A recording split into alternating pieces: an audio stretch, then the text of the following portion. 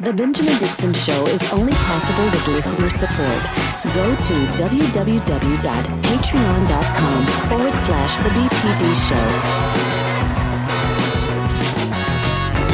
Show. Today is Monday, June 21st, 2021. We have just come through the Juneteenth weekend, and we are still having the conversation in this country as to whether or not we are going to protect the voting rights of Black people in this country. The question that remains is, will the leaders of this country do what is necessary to protect the very people that they just gave a holiday to? Or is it just symbolism that they're looking for? Or are they willing to do what is necessary to help secure the vote in this country again for Black people? We'll discuss all of that and so much more on today's live stream. But up first, On the Clock with Georgia Fort.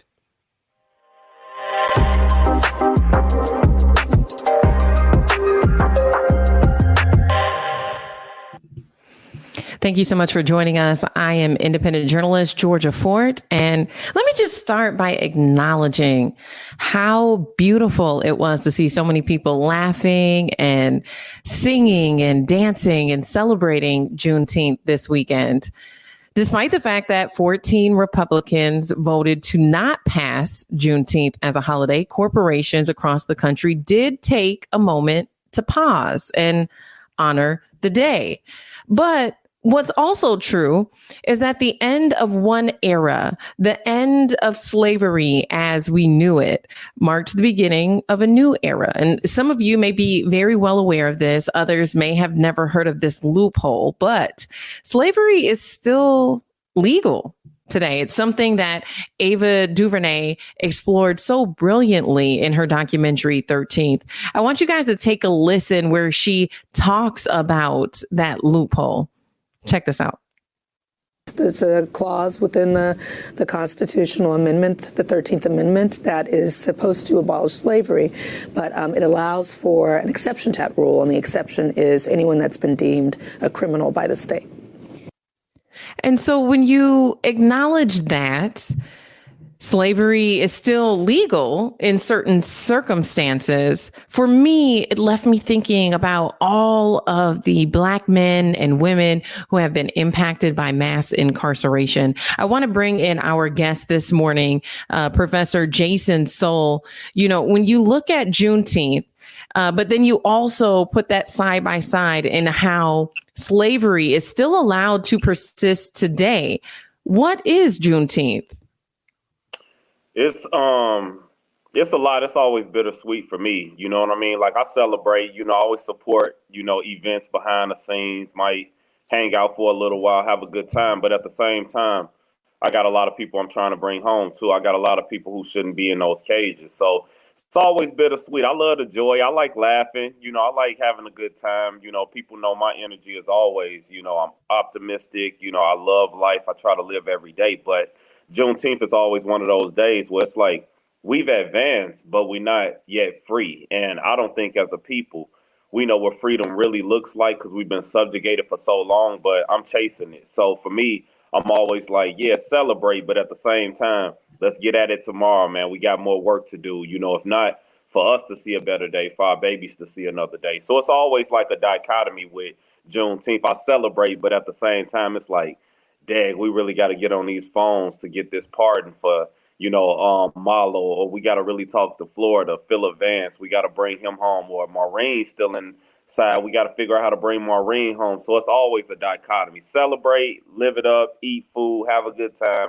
But no, once we done kicking it, we got to roll up our sleeves again. So always mixed feelings with Juneteenth. Definitely want to lift up the ancestors who fought for slavery to be abolished, but Jim Crow, Black codes, Reconstruction, a lot of things, driving highways through our communities, a lot of those things, pulled us back. And with mass incarceration, we saw all of the advances from the civil rights movement taken away, and you got more people in prison, today than you had in 1973. So it's always bittersweet, Georgia. Professor Solon, I want to thank you so much for being here, because I know that when we ask this question, what is Juneteenth when we are not all free? I think you are probably one of the best people to answer this question because of the work that you do. For me, I went into some introspection this weekend because I have a brother who is serving a life sentence. I also have a cousin and so many other in my family who have been impacted by some of the laws that disproportionately impact Black men. But this isn't an issue that's exclusive. Like in the 13th Amendment, this is not exclusive to Black people. I mean, anyone who's in jail essentially could be used in a similar way.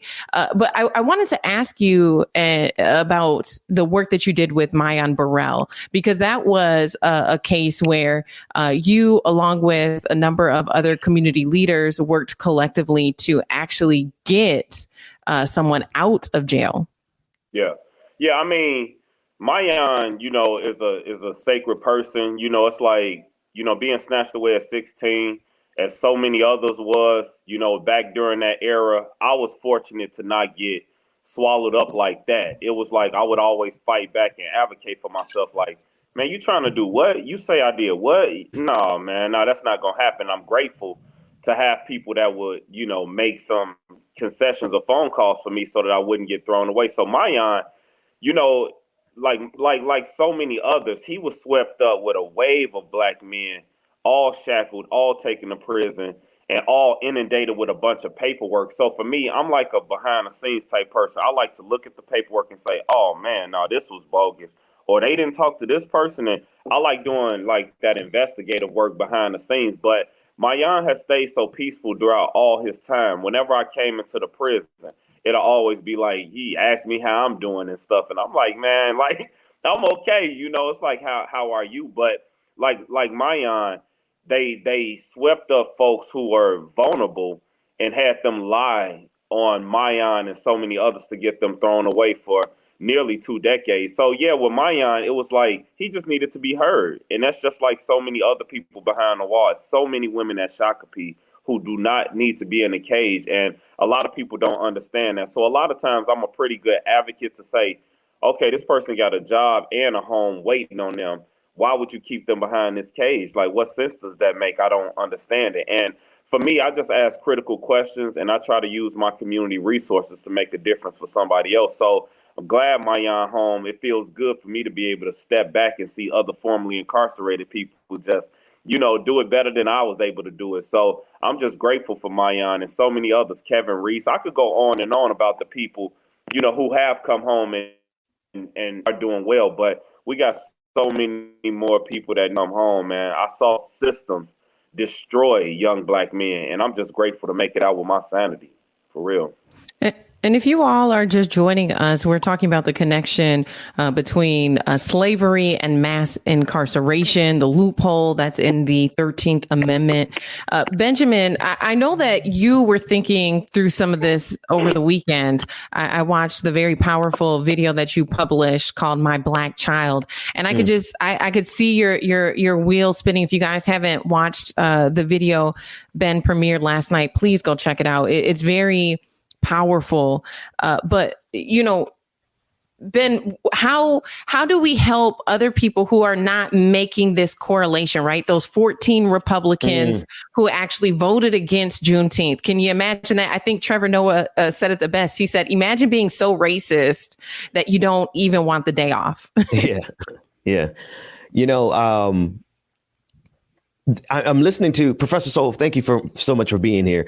I'm listening to you discuss this, and I'm thinking about the political implications, just like you said, Georgia, of how on the one hand, we are given symbolism. We are given Juneteenth as a holiday, and I'm with you. Like, I celebrate it, and I probably will always celebrate. But there's so much more happening underneath when it comes to actually getting policy. When we talk about policy, they'll give us for those 14 Republicans, they don't even want to give us the day off, right? But for the rest of them, they were pretty unanimous. They were all on board with giving us that symbolism, but they are not on board with even protecting our voting rights. They're not on board with anything in terms of a progressive. We barely got the stimulus package. So why is it that when it's time for symbolism, we can get what we need, but when it comes down for us getting actual policy to help us, they're not doing anything for us, unless it's in the prison industrial complex, that is.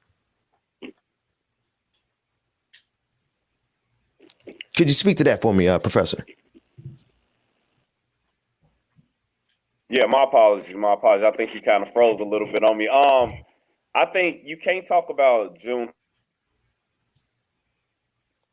without talking about, unfortunately, the descendants of slave masters. They don't want to, they don't want to repair the harm, that they did in the past and the current harm. So for me, politicians are tricky. I don't really spend time with politicians. It's just, I just don't know who they are. You know what I mean? I don't know what they aiming for. I don't know what they stand for a lot of times. So for me, I don't really play with politics too much. But I think, a lot of them will, make the public gesture. They'll put on kente cloth. They'll put their fist in the air. They'll cry at a vigil.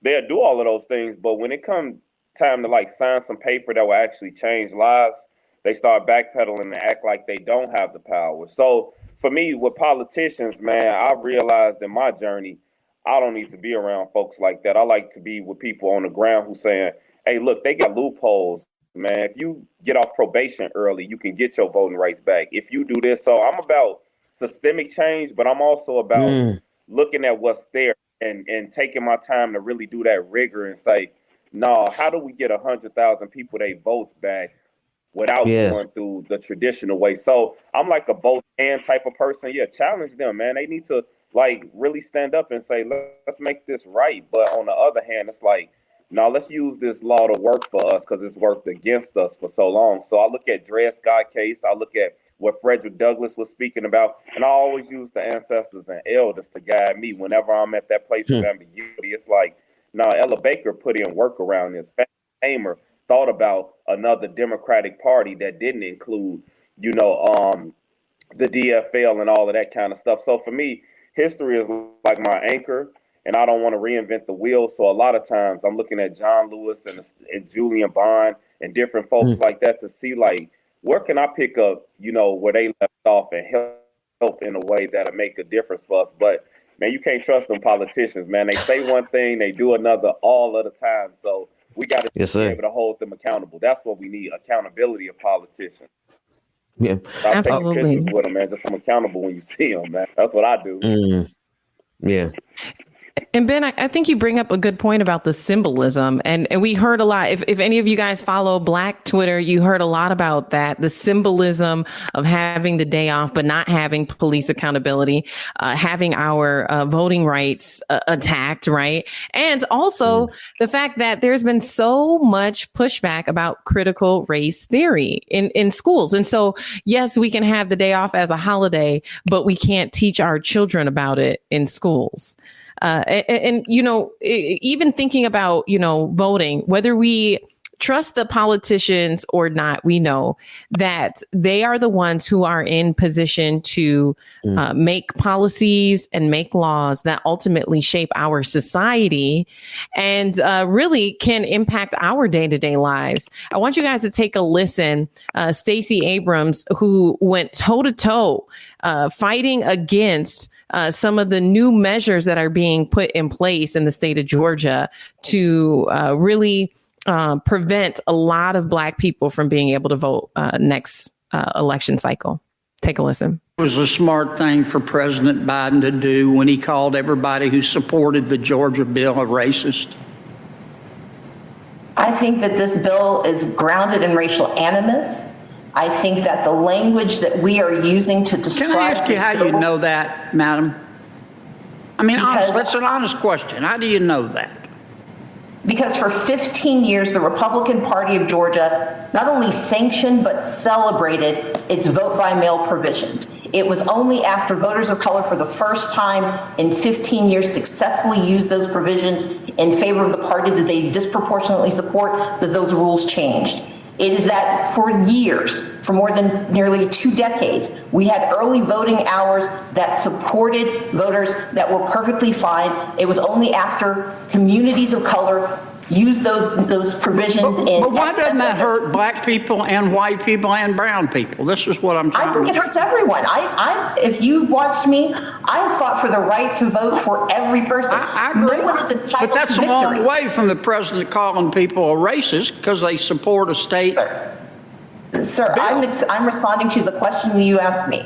My point is that when your motivation is grounded in the race of those who are engaging in behaviors that you disagree with, that is racist, particularly when it is targeted at communities of color by people in power. I agree with that. I agree with that. I agree with that. The chairmans have gavelled me. I just need to ask, how do you know that's what they meant? Because we asked them not to do it because we showed them what the effect was, and they refused to answer, and they refused to abide. First of all, he was being so rude, wouldn't even let her finish a sentence.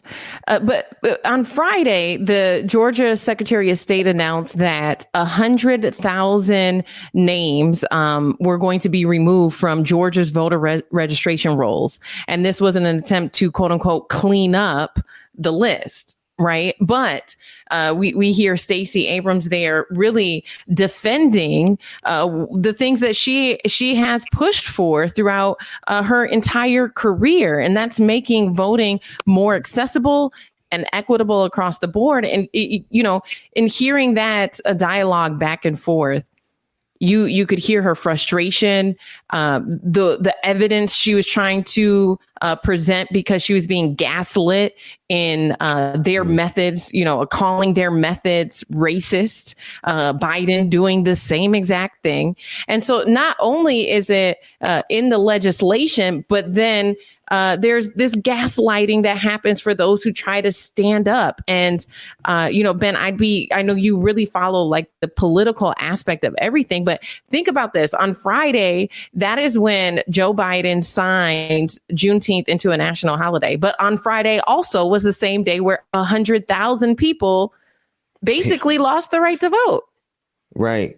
Right. And this goes right back to what Professor Soul was saying. You know, you can't really trust them. You know, we know they have the power. We know we need to vote. We need to do all these things. But on the same day, we're getting one thing that is symbolic. We're getting other things that are taken away from us. I was purged in Florida back in 2004. That was right after the 2000 election. And so you can imagine, you know, I wanted to be able to get in there and vote, and to have 100,000 people purged. It just shows you that there's no limit to what the powerful would do in this country to maintain their power. And that's where the rubber meets the road, is when we question if what they give us. Here's a question. Do you think they would ever give us the power that we need to actually diminish their power and to bring them into parity with us? Do you think that they will actually give us the power that we need to get equality? And that's the question. When you want to see what type of legislation is being passed, look at it through that lens. Professor Soul, do you have any thoughts on that? I think there might be a delay there. Yeah, for me, I just, you know, for most of my life, I might have a little bit. I've been able to vote for more life. You know, I'm 42 years old and I voted maybe 6 times, 7 times. So, you know, a lot of us get massive probation where we're not able to vote. What we're seeing in Georgia is they always going to find the underplay for the overlay. Hey, like let's give them Juneteenth and let them celebrate, let them party and dance and stuff while we do this like extreme witchy act under their nose. So it's always like whenever we feel like we're quote unquote given something that we deserve, it's always something else coming. I'm always like, oh no, they not just about to start celebrating Juneteenth. Like, you know, they not about to like really honor, you know, the fact that folks fought to be emancipated and they fought to abolish slavery. They were trying to, you know, I stated before, they weren't trying to clean up the plantation. Like, they would have lost well. You know how, like, they know where all the secret doors are in the Capitol and all of those things. And, you know, I worked in those areas for a lot. And I believe that we got to push them to do the right thing. It's always our job to push them because they're not going to do it. You know, the mind works in mysterious ways. And for me, it's like those politicians are not going to give us the power to hold them, you know, accountable and be able to flip Georgia the way Stacey Abrams was able to do it. So whenever we get advances we always got to watch for the next thing. As we tear down this quote unquote criminal justice system, what we refer to as a criminal punishment system, we got to get ready for the next iteration. And that was also seen in Ava DuVernay's 13th or Selma, where we saw, you know, you always got to watch for what they got coming next. But if we stay militant, if we stay studying, if we stay connected and stay in unison, we'll be able to tear down all of their wickedness. Right now, you're seeing the end of white supremacy. We're tearing it down in real time. So it's going to be ugly. They're going to hurt us in a lot of ways. But like our elders and ancestors, we got it in us to change this thing. And I feel good about the future, for sure. You know, and when you look at here, it is this active symbolism. And yes, we'll take it. And yes, we'll celebrate. But then, you know, you wake up the next day and you realize that there is still so much work to do.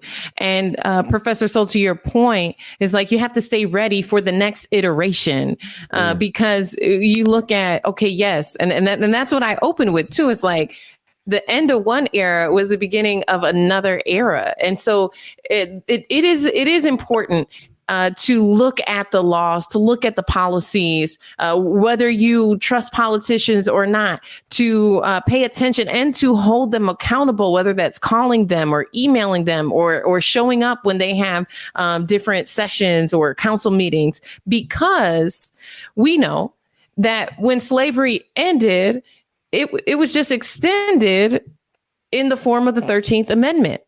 And so even as we're examining critical race theory and we're seeing hundreds of white people outraged, I mean, in tears, crying, showing up, throwing tantrums because they refuse to allow the truth of America to be taught to their children. But they were complacent and content when their children were being taught that Christopher Columbus is the one who discovered America. They were okay with that.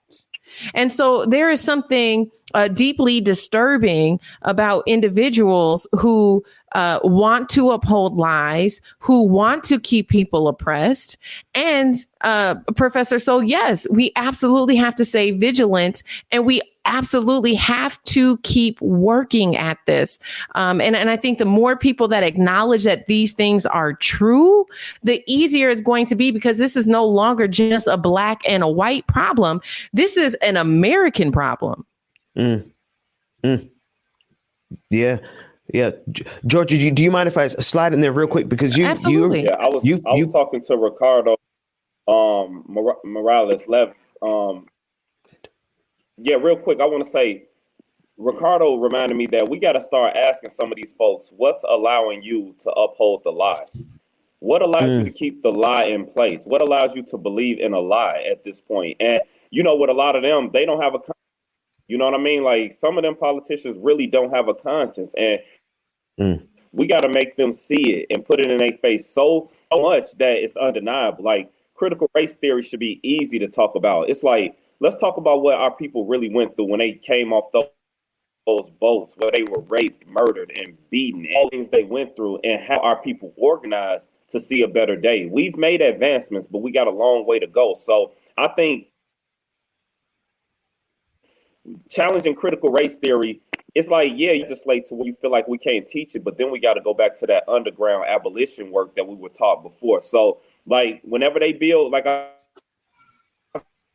said before, when they tried the Cumberland ban, when they build the ground railroads. So to my people, I'm listening to the ancestors, and we're going to figure this out.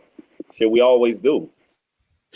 So we're at a point in history where everybody got to put the card on the table, and you can't have a Democrat or Republican. It's time for you to show and prove at this point. So I'm excited about what's to come this week, because they're going to be advancements, and we're going to get a lot of wins. You just got to keep fighting. The road long, it's hard, but I'm here for it. And I'm glad seeing y'all having it. I mean, it's early as hell, but I'm glad y'all do this to educate people. So shout out to y'all, for real. Well, Professor Soul, thank you so much for joining us this morning. We definitely appreciate you being here. And is there any way that people can follow up with you if they want to learn more about your work? No, don't follow up. No. I think there might. Jason at jasonsoul.com, man. I'm a dinosaur, so I stick to I got old school methods. And Twitter, all of that stuff, Facebook, I'm pretty accessible there too. All right. Well, thank you so much for being here. We appreciate you coming on this morning. Benjamin, I know that when we talk about these issues, there's a number of different things that come to mind for you. Yeah. No, I was thinking, listening to the brother as he was telling us about his work. There's so many of those stories are repeated across the country so many times. And in this case, the patterns that we see, it's really because of policy and legislation. The bills that they do give us are criminal justice reform bills, right? The 94 crime bill. Everything the system gives us is predicated on the level to which they're going to oppress us. And I'm just listening to him, and he was calling out names of individuals that he specifically works with, and Professor Soul, that is. And I'm thinking, I'm like, that could be any city in this country. Literally is every city in this country, every state in this country, because of how much we utilize the prison industrial complex here. So, Georgia, thank you for this conversation this morning. Absolutely. I think it's imperative that, again, it's not a black or a white thing. This is an American issue. Yeah. And the more that, if you want to call them allies, what have you, but the more that people start to acknowledge the way that this system has been designed and created and recreated to keep us here. And the more that people can stand up and speak against that. Imagine if there was unity and those 14 Republicans actually voted for Juneteenth to be passed. Imagine how much further we would be if we were all on board for just having a more equitable society. Yeah, no, that's the thing. And what's fascinating is that you even have those you have that side of this country that is enraged even by the symbolism. See, on our side of the equation, you and I and most of us in Black America, we look at it and we're like, OK, it's symbolic. We'll take it. We'll take the day off. We'll take the recognition. Great. Right. But it's not actually doing anything. That's us on our side. In the middle, they're there just celebrating like, oh, great. Everything is copacetic. Everything is wonderful because we did this Juneteenth. And then on the opposite side, you have people who voted against it. But not only did they vote against it, they are enraged with even giving us symbolism. So there's always going to be a portion of this country that no matter what token symbolism, nothingness that this government gives us, there are going to be people who are enraged because we got even that much. Well, Ben, we could sit here and talk about this stuff all day, but we are on the clock. So for those of you who woke up with us this morning, we definitely appreciate it and want you to stick around for more on The Benjamin Dixon Show.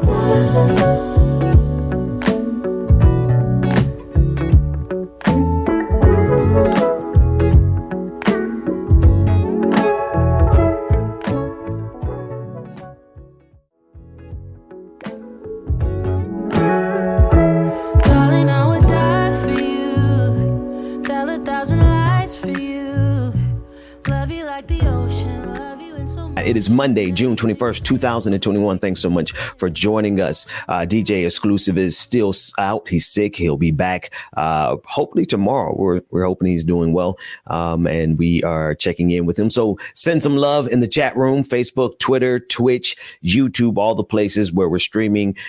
Be sure to hit the share, like, and subscribe button. Rebecca Zor will be joining us momentarily. That said, let's talk about COVID-19 before we get into all the other topics for today. We are expecting that because of the amount of Americans who are refusing to get a vaccination, the nation is expecting a resurgence in COVID cases, especially when the flu season comes around. Now, that said, we are faced with a dilemma in this country. We're a pandemic not only of COVID-19, but the pandemic of ridiculousness and stupidity that surrounds it. The number of people who have died of COVID-19 has really been a function, not so much of the virus itself, but the amount of ignorance that is rooted in this country that has prevented us from being able to do the simplest things like wearing a mask. I want us to take a listen to this clip where an infectious disease expert tells CNN that we're not done with this pandemic yet.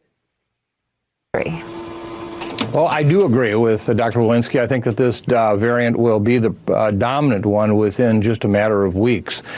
This has real significant implications for increased transmission in our communities.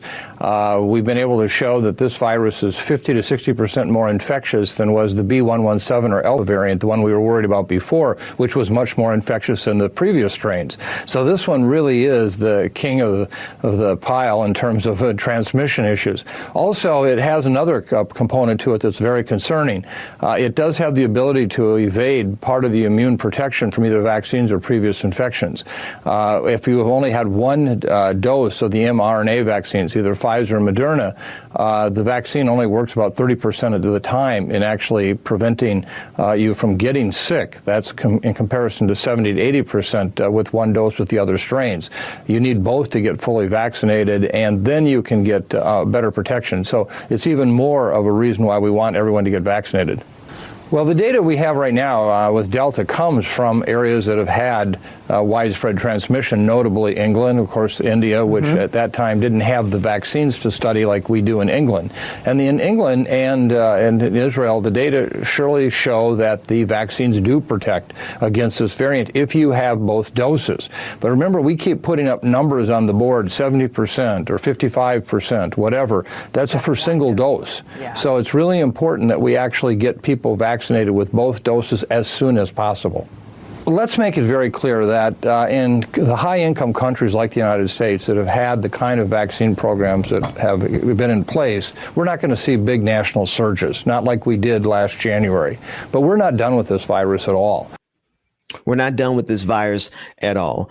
The National Institute of Health director implores more Americans to get vaccine as the Delta variant, that's the variant that the infectious disease expert was speaking of, the Delta variant is spreading.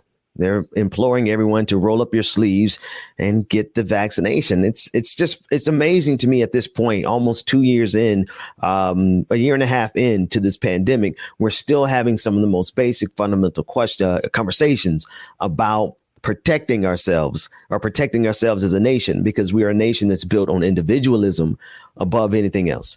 We are a nation that's built on individualism above anything else. That said, I want to shift the conversation to the ongoing conversation about Juneteenth, and not so much as it pertains to the holiday itself, but really in light of the difference between what we can actually get in this country from this country versus the things that we are not given. We're given holidays.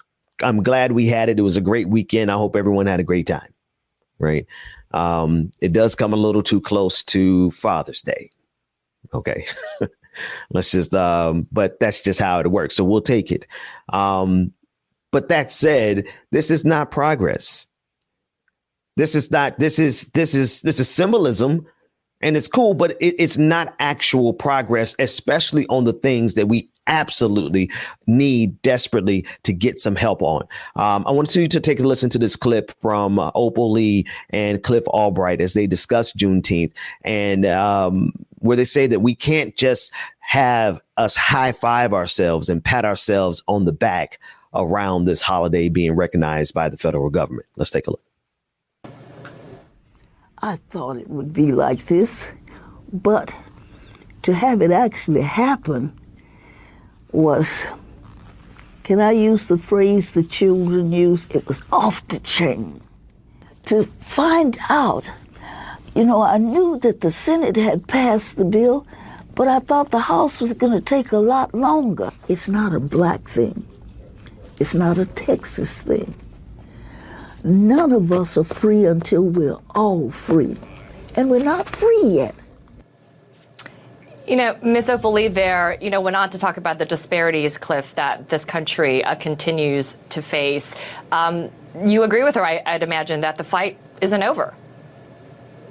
Yeah, and definitely just want to honor her for her tireless efforts on this. And we know the importance of holidays, right? Holidays indicate what a country values, right? Holidays indicate what it is that, what our standards are. And so the symbolism of having this holiday, I don't want to underestimate that. But I think, as you heard from Opal Lee, and I fully agree with her, we can't have the holiday be a substitute for actually moving forward on the calls for freedom and including voting rights. Right? We can't have us feel and high five ourselves and pat ourselves on the back because we passed the holiday, which is significant, but that's not a substitute for moving forward on voting rights, on police violence, on economic equity and all these other issues. Because in that sense, if we just take the symbolism without the substance, then in some ways that would actually be a step backwards. But I want to be clear that, I thank her and everybody else, every community that's worked to make this holiday become a reality for decades now. Now, back to the conversation that we were having with Georgia Fort on the clock. There are people in this country for whom the symbolism is too much. OK, that's the thing. That's the kicker. There is an entire faction in this country for whom the symbolism is entirely too much. And Ron Johnson was one of those people. Republican Ron Johnson, who voted against the symbolism of Juneteenth being a federal holiday. Then he had the nerve to show up at a Milwaukee celebration, and a Milwaukee Juneteenth celebration, that is. And it didn't go well. Let's take a look at that.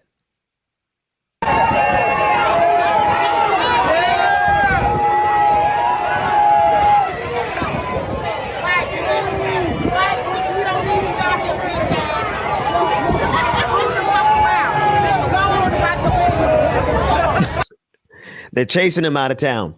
You can't, those of you who are listening in the listening audience, you can't really get a picture of what happened.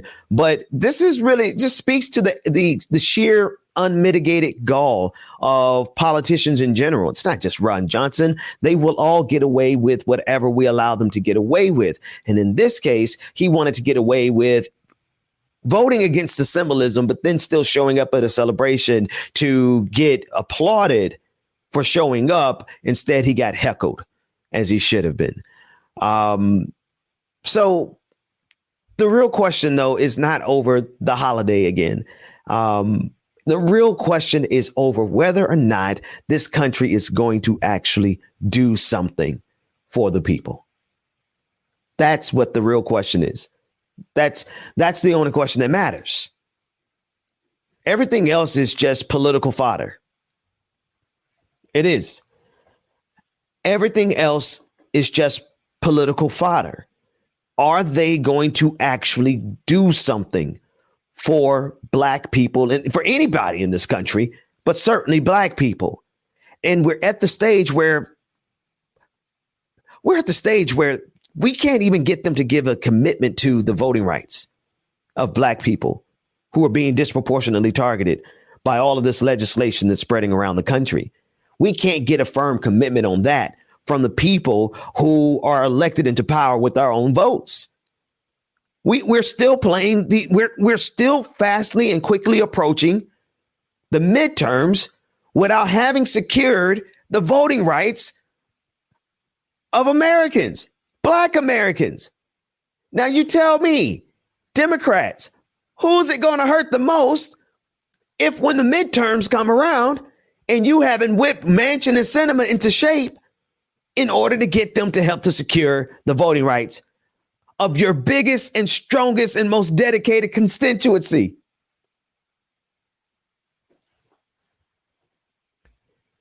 That is the part. So thank you for Juneteenth, but we cannot even receive from you the method to secure our votes to ostensibly keep helping you win. I say ostensibly because at this point, if you can't show enough temerity to go out there and give us the ability to keep electing you, then why the heck would we keep electing you? Y'all gonna let Kyrsten Sinema and Joe Manchin be an excuse that is not going to actually resonate and stick with us. We're great. We're happy about Juneteenth.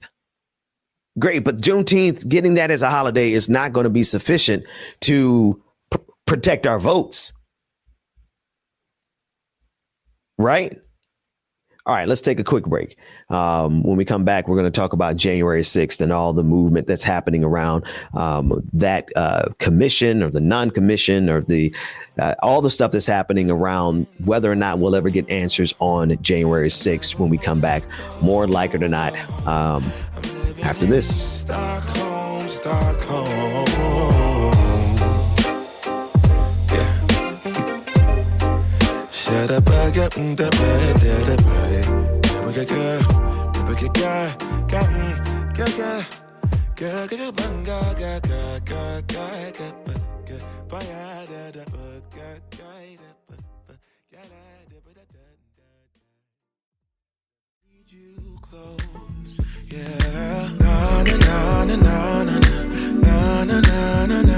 Every day, look away.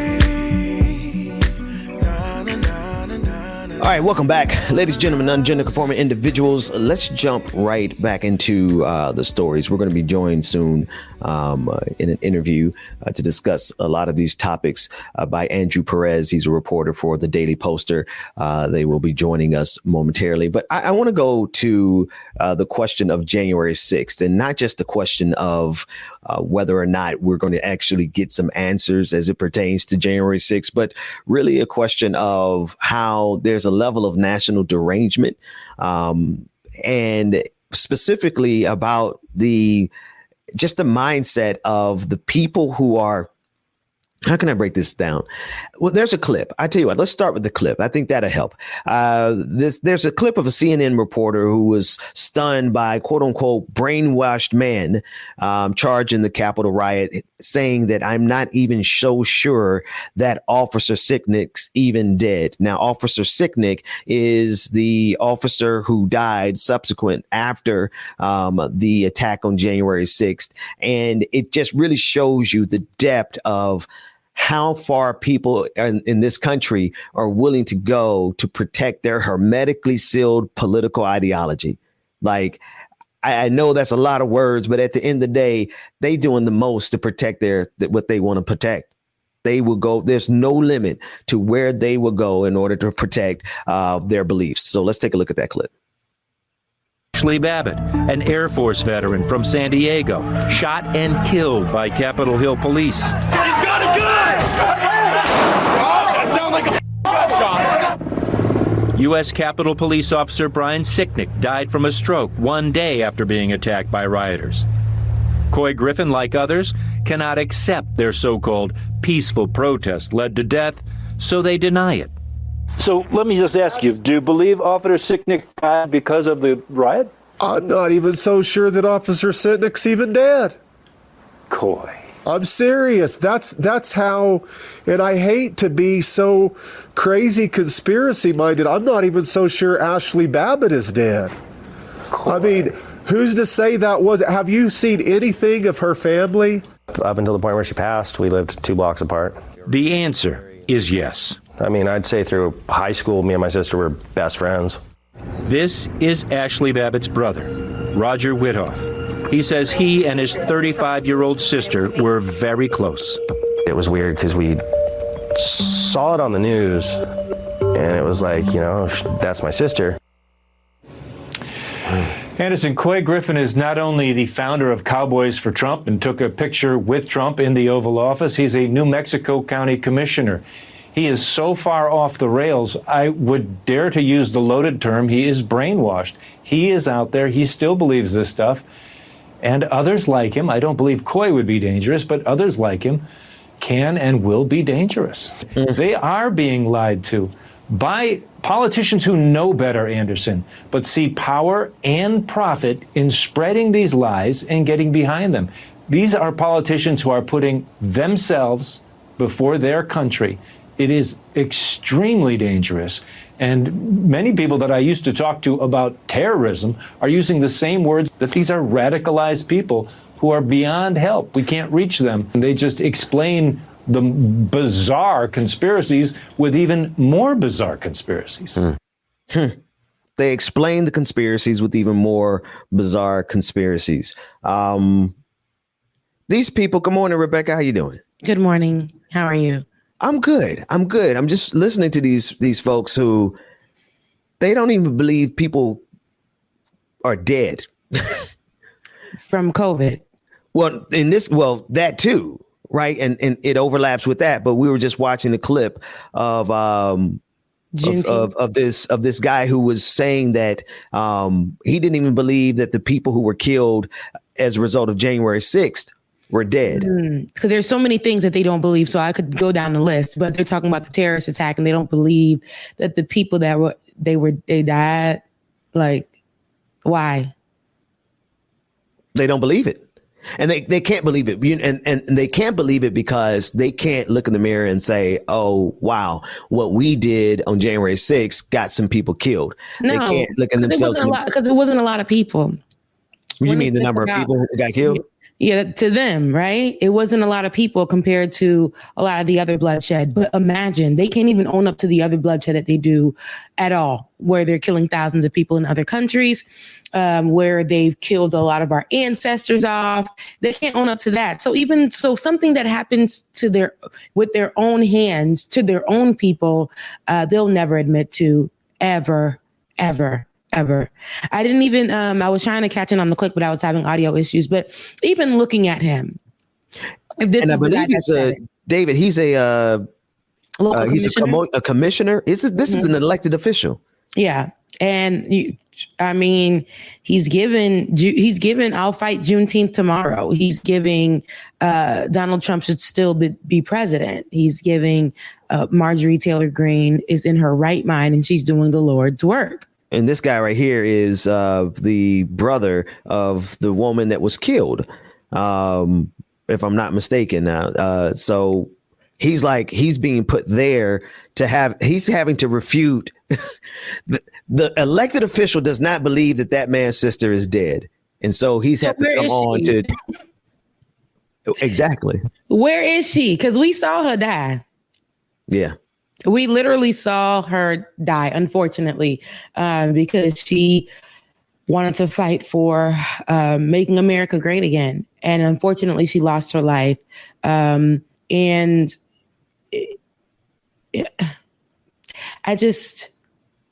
don't see where she would be, where they'll be hiding her body.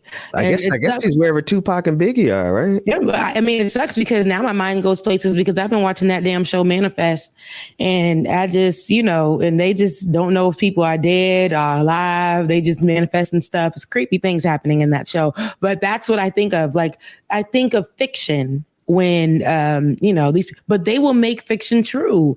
A lot of these elected officials will come up with conspiracy theories and have their followers believe these things too, right? Things that don't have any support, nothing, no evidence. But what we saw with our eyes, they'll tell us not to believe. And are you shocked about that? Because they do that all the time. They do it all the time. I'm not shocked by it. I am only shocked by the fact that they can get so far with it. And all the way to the point where 600,000 people are dead. I mean, it wasn't circumstance that when you first joined in the conversation, you went straight to COVID, because we're talking about them not believing people are dead. And of course, the first thing that you would think about right now would be COVID, because these are the same people who either don't believe that number of people are dead or honestly just do not care that 600,000 people are dead. And so my thing is, I just can't believe they've gotten this far. We've gotten so far with their level of this level of stupidity in our politics that all these folks are dead. Yeah. And they still in office. Yeah, I mean, he gonna be in office. You know how they do. I mean, they gonna stick right beside him. That's their man. They gonna stick right beside him. That is exactly what it is down the list. We always see that, and that's why it's our duty. And we say this all the time when we have this particular conversation as well. When these people show their behinds with and feed their constituents lies, and their constituents eat it up. And it's not that you would think they starve from all the lies being fed to them, but no, they eat it up. They're full off of it, and they start walking in that. And it's all because they believe in what their leader is telling them, what the elected officials in their states, in their areas, on their racist Facebook groups are telling them. And that's how we got January 6th. That's how we got the terrorist attack, because they believed in what their leaders were telling them. So I think these are the examples every single time that we talk about it. These are the examples for us to understand that we have the power. It's crazy how we don't. I know Mary was on the show and she was saying, like, it's crazy how we got the power in our hands. You know, we're already empowered. And so, and so did Representative Park Cannon. She said the same thing as Democrats, but we utilize something else. Like we'll stand in the back and let things happen and then say that, hey, well, we said a few. No, like we need to know as a people that we have elected officials because of us, in this last election period. And now, and those are important seats. And now that we know that we can do it again, especially with us being in power, we got to utilize that so we can get these crazies out of there.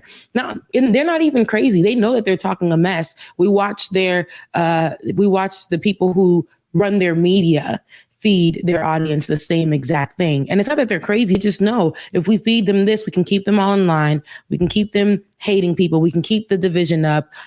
We can keep our rhetoric that doesn't make any sense right here, and it'll benefit us each and every time. But us as a people on the left, Democrats, the free people, the progressives, we need to understand that the more that we fight and the more that we mobilize our community, to know who to vote for, to know who their local officials are,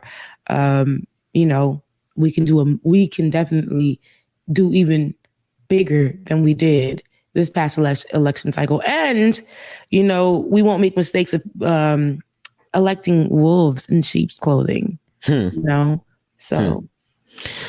Yep. Wolves in sheep's clothing.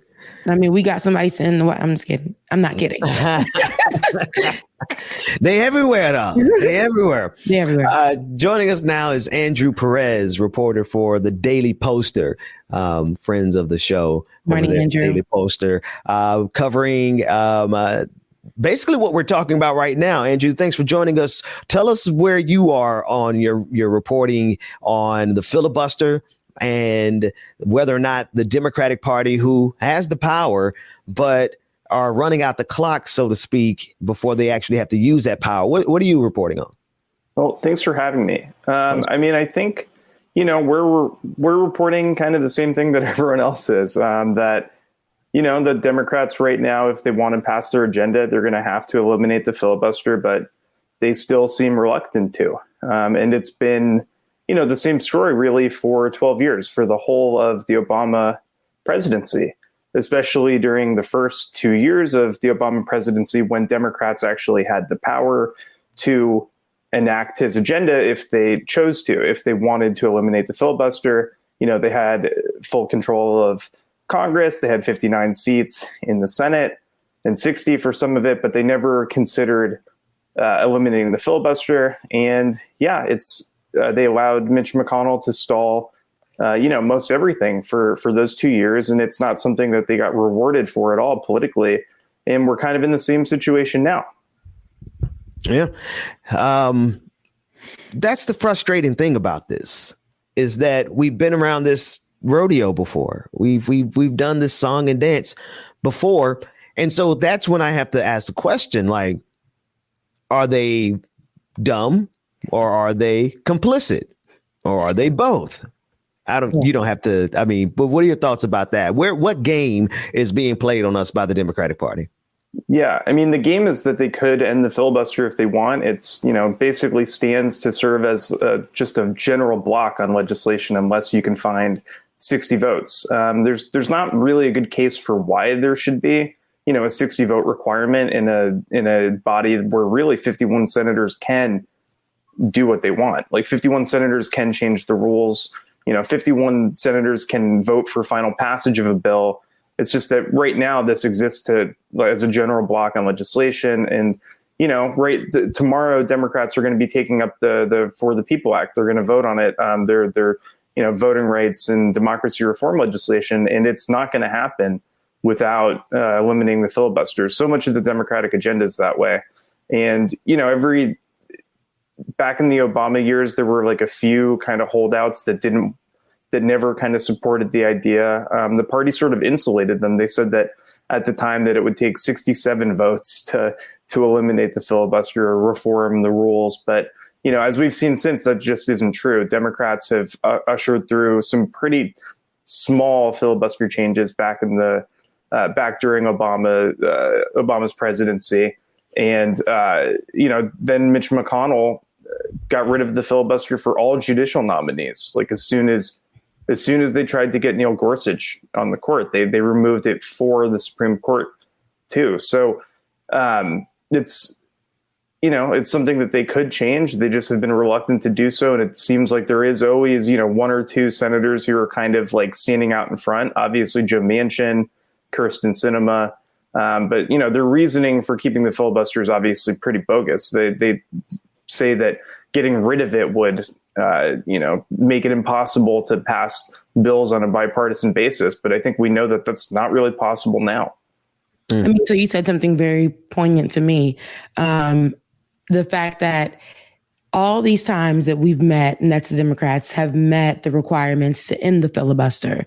It's something else, like a hoop that they have to go through. But we've seen other people utilize it to their benefit, where they remove it or, do something where it benefits them. But yet the conversation and the argument here is that it cannot be done. This is something that is too American, right? We utilize the filibuster because it's American. It's our right. We need it. And what would you say in this particular moment that, the people would have to do to help assist in that? Because I know here in Georgia, they're out in the street every day trying to get people to understand what it is and move forward with getting it removed. I mean, it might be a small task, but what would you say would be something that the people can do as helping to end the filibuster? Yeah, it's definitely kind of difficult, I would say. Just because, it's such just an esoteric conversation that I think a lot of people are just like, what is anyone even talking about? Mm-hmm. It almost seems like just a complete lie, like the idea that like, oh, you actually can't pass legislation by majority vote in a body where you can pass legislation with the majority vote. I mean, I think, people obviously have to like call their lawmakers. I question how far that'll go, but I do think that could help in some cases with like Manchin. It seems like he's somewhat responsive to the amount of calls that are flooding into his office. I think Republicans have done a pretty good job of like gaming the numbers in his office. So, anyone listening in West Virginia should probably try to give a call to Joe Manchin. But yeah, other than that, I mean, obviously that's an exercise that probably seems kind of futile for some people. So it's not.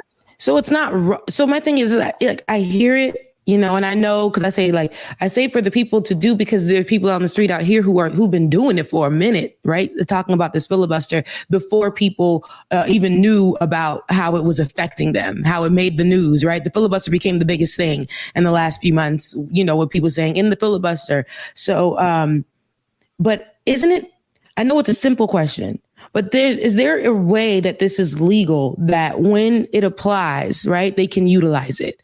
But when we're fighting for it, they're saying that we can't, even though we're reaching everything that they tell us to. Is there a way that people can say that this is, fight and say this is not legal, or make their case in that way and help it move forward with ending the filibuster? I think that maybe the best way to do it is probably to try to pressure lawmakers on like the actual issues people support, like on like the For the People Act, or, you know, like we've been talking about a minimum wage hike for like literally 12 years and it hasn't happened. Like I think the Democrats probably need more pressure on policy issues, just because I think that, you know, right now this is the kind of conversation that's going to force like a lot of people to tune out. If Democrats just refuse to use the time that they have right now to pass Joe Biden's agenda, I just don't think it's going to work out for them, or to pass any kind of agenda, whether it's, you know, a moderate one or, you know, a more progressive one that we might like. I think it's just, that's the reality is right now they really can't do any of that. And when you say Joe Biden's agenda, what particular agenda would that be under Joe Biden? I mean, you know, one of the main things that the Democrats are talking about right now is the PRO Act, like which would be a sweeping, you know, labor reform bill. I mean, that's one thing that right now would really kind of help people's standing in the workplace. I mean, I do think that the voting rights legislation is really, really important, especially because, you know, so many Republican-led states right now have been just passing sweeping voter suppression laws over the past couple months. And you know, the other thing, I cover dark money a lot, and this bill would help force companies to disclose their political donations, and that might help give people a sense of who's actually pulling the strings in Washington a little bit more. And I think it would be really important. Gotcha. It's so much that the filibuster is stopping. It's not. It's crazy because as we see and as we learn, we're going down the list, and it's not just voter, you know, suppression. It's so much more that affects us as a people, and especially down to the marginalized folks like us Black folks. It's like, it's crazy because we've already had so many things in place to stop us from progressing or getting somewhere, whether it's our healthcare, whether it's our voter suppression, whether it's, you know, our how much we're getting paid in these states. And this filibuster just comes into play. And this is where we see people like Joe Manchin and Kirsten Sinema and everyone else on the side who just sit there on the sidelines and just say, I don't know what to do. I don't know. And partner with Republicans to push this bipartisan idea and, you know, not to end this filibuster. And the bipartisan idea is only something that helps one side of it, which is division. It's still division. Like, that bipartisan idea still gives us division, and it only helps one side of it. And that side is the Republican agenda. And that doesn't benefit us at all. Go ahead, Ben. No, that's it. I'm just looking at the entirety of the conversation, Andrew. And, you know, I think at the end of the day, you know, at the risk of sounding like a conspiracy theorist myself, Democrats know exactly what they're doing. They know. They know they're running out the clock, that they basically, which tells me they've done as much as they want to do for us. Because if they wanted to do more, they know exactly how to get it done. Now, does that sound reasonable to you? Logical? Yeah, I would totally. Yeah, I totally agree. I mean, this is something that's within their power that they can eliminate. And, you know, I think people suspect that like Manchin and Sinema probably speak for some more of the Democratic caucus. But yeah, I mean, it's ridiculous. Obviously, like, every election is framed as like, you know, the most important election of our lifetimes. You know, look at how people mobilized in Georgia just, you know, a few months ago to help flip the Senate, right? Yeah. Democrats have the smallest majority they can, but they have right now full control of Congress, so they can pass whatever they want, really, if they eliminated the filibuster. I mean, it's the one time that they might have where they have the presidency and both houses of Congress where they can actually start putting their agenda into law. I mean, it definitely raises the obvious question of whether they want to put their agenda into law. And I think it's, you know, a very fair question because they have the opportunity. They're choosing not to do it. Even when it don't feel right.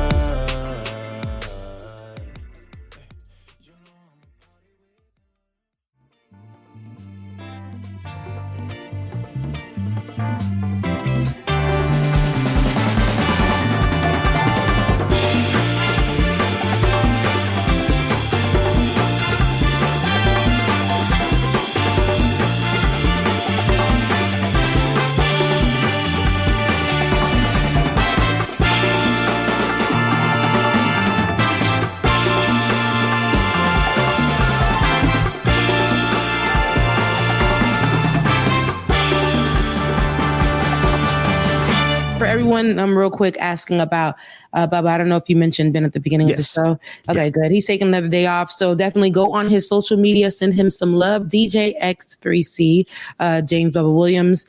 Go ahead and show him some love. Twitter, Instagram, if you are on his Instagram. But just send him some love and some good spirits for today. If y'all want to see him back tomorrow, look, we got to send him all the energy and all the love that he needs. Okay, he's resting up. So yeah, I'm hearing music in my ear, and I'm like, oh, David got music fading in and stuff, but nobody hear that music but me, huh? Look, that sounds a lot like the show because I've been binge watching the damn show, so it sounds a lot like that damn show, Manifest. Then people be hearing stuff, and then they're like, "Did you hear that?" No, they ain't hear it. It was just you. It was just you. You had to watch it, and it's like there's like religious undertones in it. I think you get a kick out of it. It's hilarious. Kind of I don't like get to watch much TV anymore, but the last thing I watched, I definitely took this weekend to just chill since I'm not a daddy, you know. So I ain't had no kids. I just was by myself, you know, just chilling in my home. And I was like, let me watch some of these shows that all the kids are raving about on Netflix or on Twitter about Netflix. And it was the show Manifest.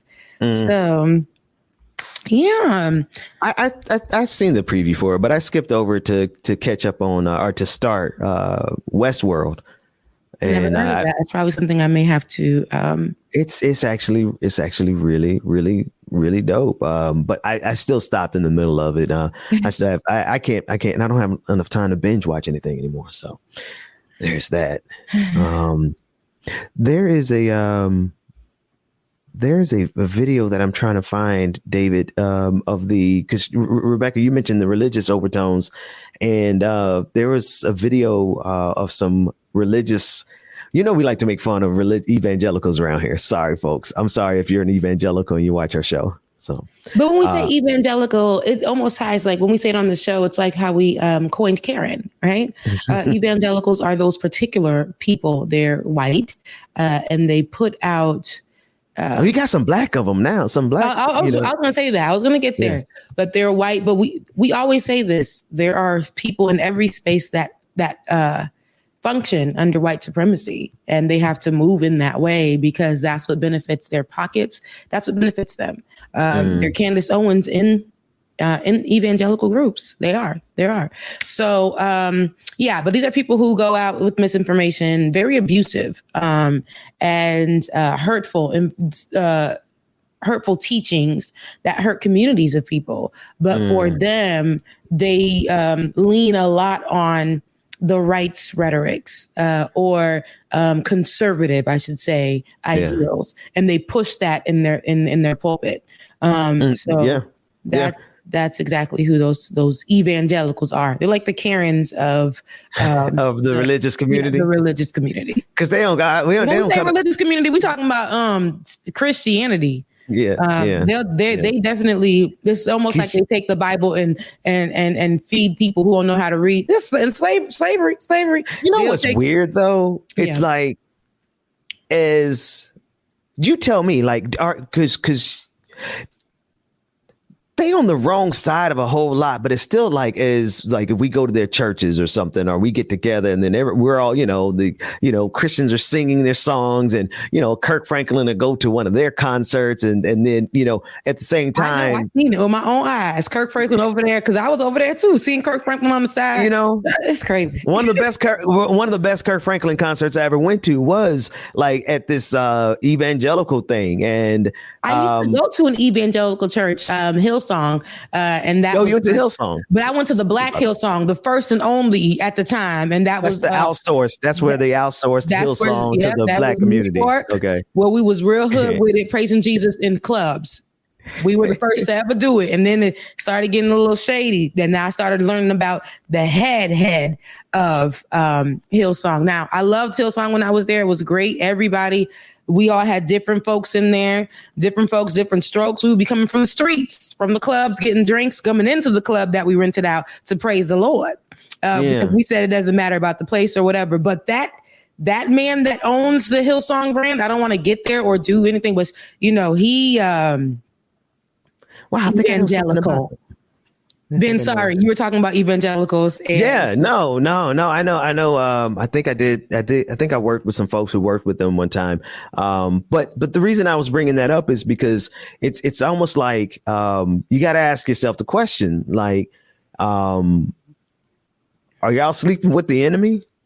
Are we though? Sometimes there are people. Yeah. So it's so crazy because I've met so many, like even to this day, and I'm so grateful because it was a predominantly white church at first, and then black folks started creeping in because the pastor he had a little sauce in him, got caught sleeping with another woman. But Lord, that was such a big scandal. So shout out to Pastor Carl. But he's very popular. But I love him though. But no, I met a lot of people who were white there, and I had to bring up racial issues. That's what I liked about the pastor, because he wasn't afraid to bring that to the forefront and have the conversation, especially during the recent pandemic and the protest when it came to Breonna Taylor and George Floyd recently. So he was on the right side of that. He was. I mean, I know his personal situations got into it was crazy. I don't know why he was doing that. Now, Pastor Carl is white. He's a white man that got sauce on him. And he definitely had the conversations. He pulled a lot of people in. And this was my thing about that. I met so many people, but I also met people who walked out. I sat in that church.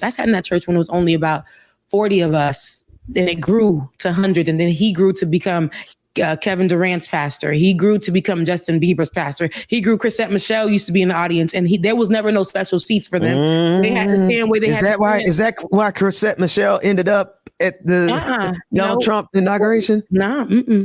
Okay. All right. Just checking. She's forgiven in my book, but no, she's totally forgiven. I'm just wondering if sitting up underneath him. That was after the fact. She started going to the church after the fact. Oh, okay. Okay. But honestly, I think that, I met so many people, but I sat in that church when that man spoke on the pulpit. That was before George Floyd. That was before the Breonna Taylor, because we had so much other things going on, and they would not bring up the conversation about race, right? The church as a whole. But he stopped the preach and said, I can't sit here. And that's when the church was huge too. I was like, oh, he gonna go there? He went there. He stopped it and said, I can't sit here and act like this is normal what's happening. Black people are getting killed and shot down.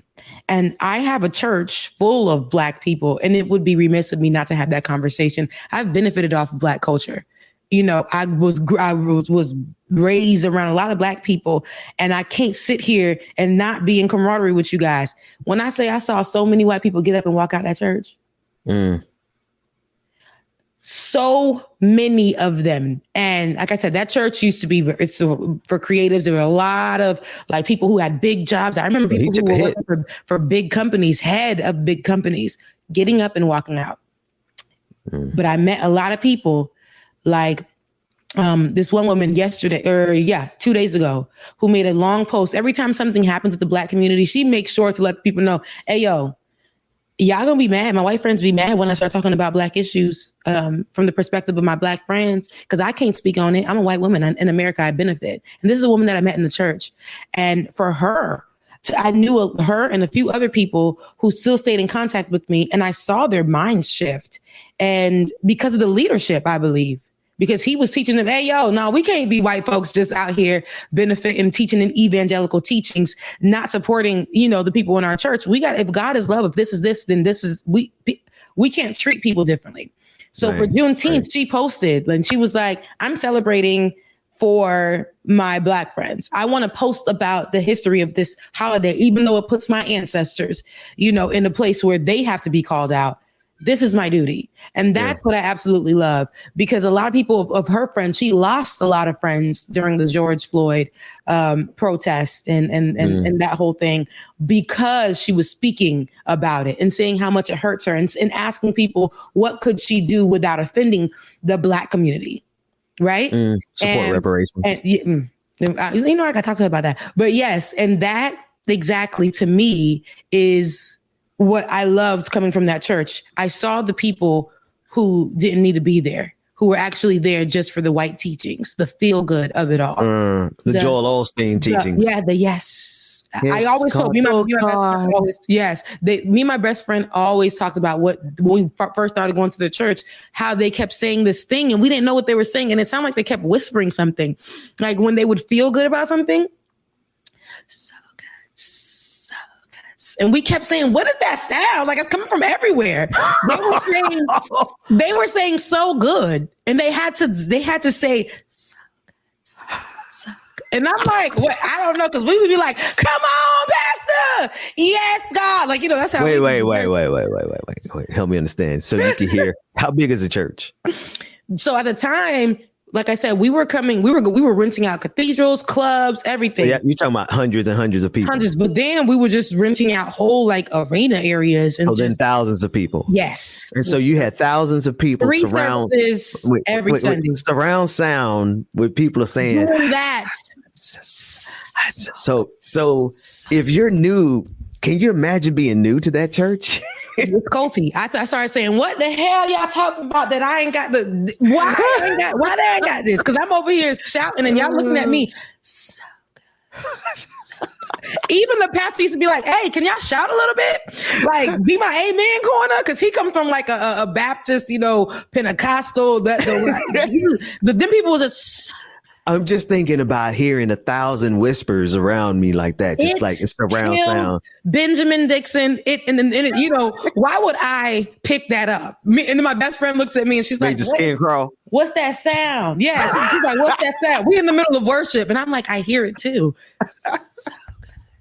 And that's why I'm like, Now, there are a lot of songs, I can't lie, because something about the way they do their songs, I love it. And it captivates me because it's poetry, I feel like. But then I be feeling like one time they made a song and I'm like, remember those walls I built? I said, they did a remix. Yeah. And I'll never forget it because I was on the praise team when they made that song. It wasn't the song that I'm singing. It wasn't Beyonce. But the song that they made, I would constantly say, you guys, this sounds like Halo. And I would always sing Halo. When I say the next week, they rearranged the whole damn song. They rearranged the whole damn song. I was off the team and they rearranged the whole damn song. Yeah, you can't go up in there trying to change white evangelical music. They kicked me off. They kicked me off. And that was a hell of an introduction to this clip. We did all that to introduce this clip. David, run. I know we have two of them. Run the first one so we can talk about our evangelical friends a little more. Let me see if I can put some of this together. I heard the United States Navy is about to enter the prophetic scheme. Watch for this. I heard the Pentagon say, whoa. I saw the Oval Office dark. Oh, the man on the keys. I heard this. Everything is wide open right now. And I heard. Oh, no, that good, Ben. I heard. What is this? Impeachment. I heard impeachment. And I heard resign. Impeachment. Is that a wig? Oh, Robin Bullock. Okay. That's what I heard. I'm going to tell you something. He's talking about Joe Biden. I know. This. It's Joe not Biden is still not the president. He's never been the president. He's still not the president, and he never will be the president. There you go. So therefore, everything within this so-called... The music is killing me, man. Ben, you need to be on the keys. Staff. Their administration, their so-called administration, is bogus. And he's off key. The guy is not playing even. And I heard impeachment and resign. It's supposed to be. I I don't know what's worse, the music or the conspiracy theory. Or the wig, Ben. It was giving. You mean that wasn't his real hair? That wasn't his real hair? Ben, and no, I didn't see a part that was giving. No, that was giving wig. He definitely, that's a wig. Oh, and man. in the color that he's doing is it's a 1B out the box. It's not. No. Secondly, the whole thing was a disappointment, Ben. I'm like, you couldn't even. He didn't hear anything. That's why he kept saying, "I heard." I heard, and he didn't hear nothing. See, that's the thing. He was asking God to. He was asking God to give him something, and the Lord didn't give him a thing. Let me tell you something. Has he not learned from? Girl, I keep forgetting her name because the Lord doesn't want me to remember. But Paula White supremacist. Has he not learned from Paula White supremacists? Okay, because right now he's not. You better not call on no African angels. No, don't call on no African angels, and don't ask God to give you a sound from the earth. Because you deaf, right? That's all you hear. That's all. Because then that's why they quiet. Because people will be like, "Come on, Pastor, you better say that." All right. Oh, you in the house today, Pastor? But it was then. That's about as good as I play. That's about as good as I play. Then no, it would have been and then the man on the bass would have been like it would have been something. Okay, it would have been a sound in the earth. But this right here. And then, because I need to ask, this is Pastor, our self-proclaimed prophet Robin Bullock. And I need to ask him, if at the end you're declaring that he's not president, he'll never be president, he never was president, then how the hell can he be impeached or resign? How do you resign for something you're not? Listen, Laura Estrada said it perfectly, right? She said, Billy Ray Jesus. Billy Ray Jesus has it wrong. Billy Ray Jesus is out here exactly what we're talking about, Ben, and how we definitely had me telling my stories to lead into this clip. It is perfect. It's a perfect example of what we've been talking about. Billy Ray Jesus is feeding his flock lies. He's starving them with the lies. There's nothing being fed there. I love my mom be like, "Are you being fed at the church?" She always asks me, because not everybody's going to be fed the same way. She always asks me, she say, "Are you being fed there?" Because if you're not, you got to find something else. If you are not being fed, what's the point of you sitting there? Is you're gonna be empty. So those people are thinking they're being fed, but they are empty, and they're taking all of this and going home. So good. And I don't like that. See, but and then I really don't like the disrespect that the man on the keys was doing. I don't like that at all. Rebecca, leave the man on the keys alone. I don't like that at all. Somebody, no. But watch this. Watch what they do though. While they got because when Black folks talk about politics in church, we get attacked like Jeremiah Wright. Right. And so, you go to these big Black churches, and most of the time they're not going to be talking about anything political at all. They're going to be talking about, money cometh to me and all that. And so Jeremiah Wright was Obama's pastor, right? Former pastor till Obama flipped on him, but that's a whole nother conversation. But the thing is like, while Billy Ray Jesus, Lauren Estrada, that's such a great, we're going to forever call them these pastors who use a pulpit for the Republican Party. Y'all are Billy Ray Jesus from now on. Billy Ray Jesus. That's definitely, Billy Ray Jesus. And we got to get something with Joel Osteen in there, because there's a whole nother type of, because there's those preachers who aren't using. And do this all day. Yeah. And they smile. Oh God, oh God, we love you, and God is just going to make your day so great. No, Joel Osteen doesn't shut his mouth. He's doing this all day. The Lord is gonna bless you today. Meanwhile, he didn't those people in his church during that storm. right? Remember the hurricane? But then he came back and did something else after the next, during the recent storm. But you were $50 million. I know I messed up, but come on in. I know I got a lot of land, and you guys may be poor here in Texas, but if you let me be your leader, okay, your spiritual guidance, and give me every last dollar you got. So what's the name, audience? What is the name of that? It's got to be something, because Billy Ray Jesus is perfect to describe how evangelicals. Babyface Jesus. I don't know about babyface Jesus. Yes, no, Joel Osteen definitely has a baby face, and he gets everybody. He gets by on everybody. Nah, he got a sociopath face to me. A sociopath. He's like, because he does this all day. Yeah. He doesn't. He just does this all day. I had to throw his book away because I used to be on it. Like, I love good word. It didn't matter to me what color you were, and it still doesn't, as far as, the vibes in the church though. But it didn't matter to me, if I was being fed, I was being fed. And a lot of times it's like he, as a pastor, I started to realize over the years, when I started to be keen on the issues that affected me because of the color of my skin. And a lot of these pastors would just not talk about it. Yet the Bible itself, if you believe or not believe, talks about these types of things. Right. And so we can definitely go back in our word. But you mean like injustice? I don't mean to interrupt you, but things like, because you're talking about specific things. The Bible does talk about injustice. This is so but many. But not all that stuff. Exactly. So many of them is what I'm saying. But they pick and choose. So that's what I'm saying. There's always a time to have the conversation, and you can always go back in the Bible and back it up in some particular way. Because, if you like to pick and choose to make it match what you're talking about, there's something in there for that.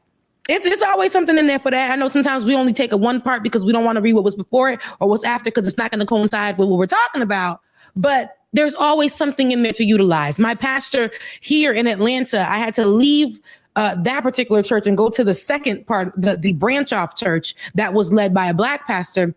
And I told you guys this story already.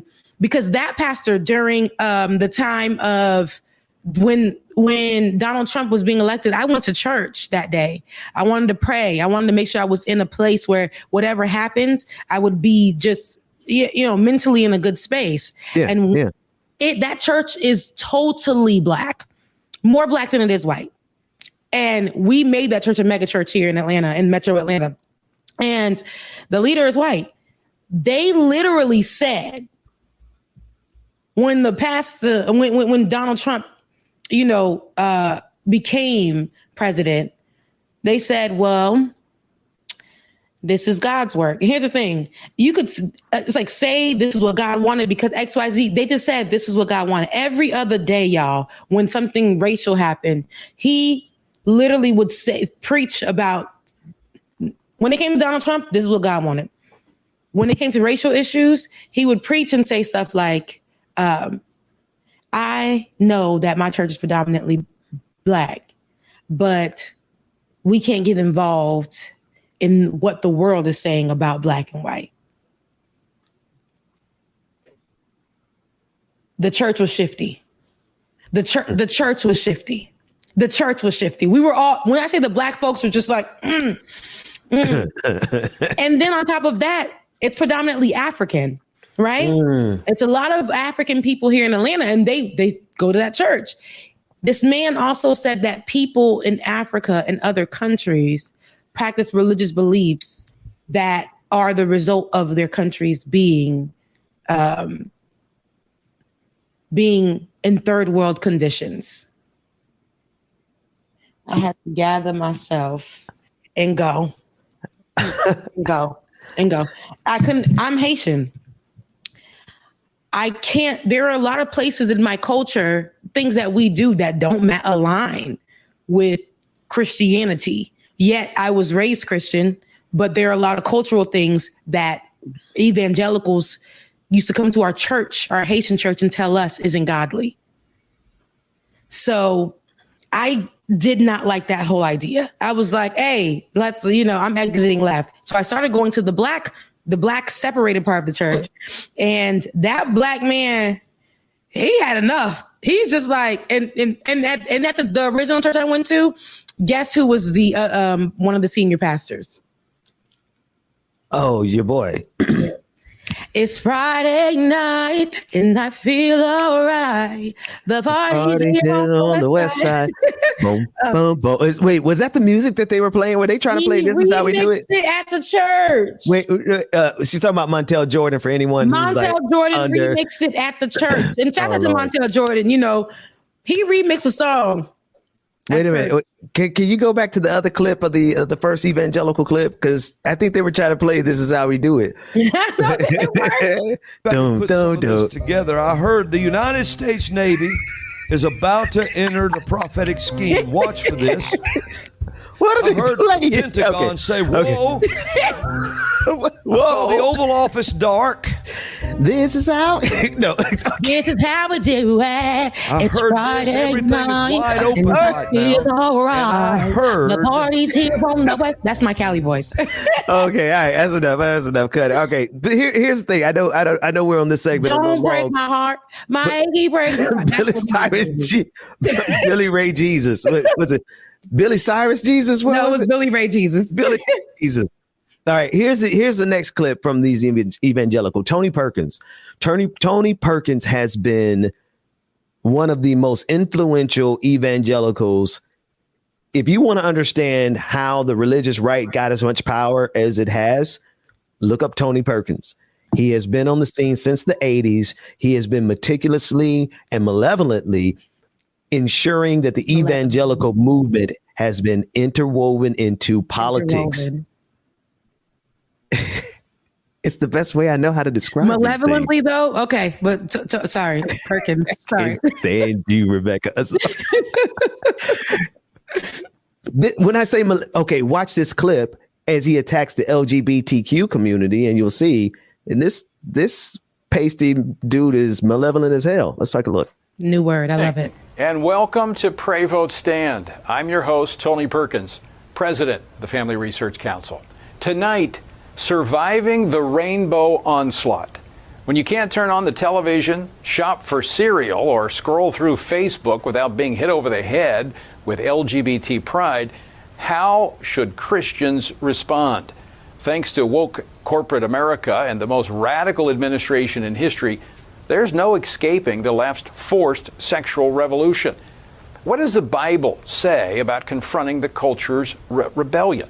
The world is upside down when American pride is something we should apologize for, but sexual perversion is the stuff of parades. Just a few decades ago, these activists said all they wanted was recognition, autonomy, coexistence. Now, a handful of years after Obergefell, it's not enough to leave them alone with their choices. They demand validation, affirmation, celebration. Pride is the new religion, and everyone must bow a knee to their sexual gods or face the left's fiery furnace. I mean, this is evangelical Fox News. Yeah. Period. Like, they're all the same people, and they all talk about the same things. I mean, we do too, but they all like, look, we do too, but they all have this book. I mean, we've seen, right, in right-wing media, how much they say the same thing. I'm pretty sure there's a script that in their talking points that they have to hit. And I know in media, when you work in mainstream media, there is, right? But they say the same exact things. And here we are with this guy with so much going on in the world. And his issue is not feeding the hungry. His issue is not talking about getting health care to the people, their own people. His issue isn't fighting for the voting rights for people. His issue isn't trying to make sure that the people who may be a part of his church or part of the LGBTQIA community under wraps are getting help, like as far as like just making sure they're in a place and receiving love, period. But you're focused on giving a sermon, a talk about the rainbow flag, the onslaught of the rainbow. flag. That's why I use those words. Yeah, malevolent. Was it malevolent? Yeah, malevolently. Malevolent. I just so malevolently. Well, it's because like. Now help me understand what that means. I've never heard of that word. Evil. Okay. Evil. Oh, malevolent. And shout out to Brenda Johnson for sending a super chat and giving us the clearest way we should refer to these people going forward. Evangelicals. Evangelicals. Yeah. Yes. That's great, Rebecca. It's perfect. Evangelicals. Evil. It's Monday, y'all. I ain't got time for these church folks to be bothering me in my spirit, in my shanana. Nothing was shaken. They didn't speak to none of me. Listen, when we watch this, it's almost like evil protruding, but we have to laugh at it, especially when we're covered people. I'm covered by the real Jesus. Will the real Jesus please stand up? Black that we seen across our screen. We ain't Afro Jesus. It ain't now one of them that we've seen across our screen. Not like, because and when you're saved or whatever religion that you are, they always say be like the person, right? Be like that higher power. Yeah. I don't see Jesus in none of these people. I don't feel Jesus, and it ain't. There's none of it. Now I know that he was trying to go for the look of white Jesus that rides motorbikes. He was looking like Skeletor. Bring Tony Perkins up. The years have not been kind to you. No, oh boy, Billy Ray Jesus. Billy Ray Jesus. Billy Ray Jesus. And the man in the background thought he was bopping it a little bit, but couldn't catch it because it was it was just not. It wasn't given. And the man on the bass, I don't think he's given what needs to be given either. And that's why he couldn't hear a word from the Lord, Ben. That's why he could not hear a word from the Lord. The Lord don't speak to people who are evil. The Lord Evangelicals will not. This is not doing anything for good. And if you're gonna be like Jesus was rolling with folks that he wasn't with what they was doing, but he made sure, listen, if I'm gonna be about the people, I'm gonna roll with them, right? That was his philosophy. I'm gonna roll with them and show them love. I may not agree with what they're doing and their lifestyles, but if I'm gonna spread my word and make sure it touches people, and I'm gonna just roll with them. Jesus ain't care about nobody. Jesus ain't say nothing about nobody's lifestyle, and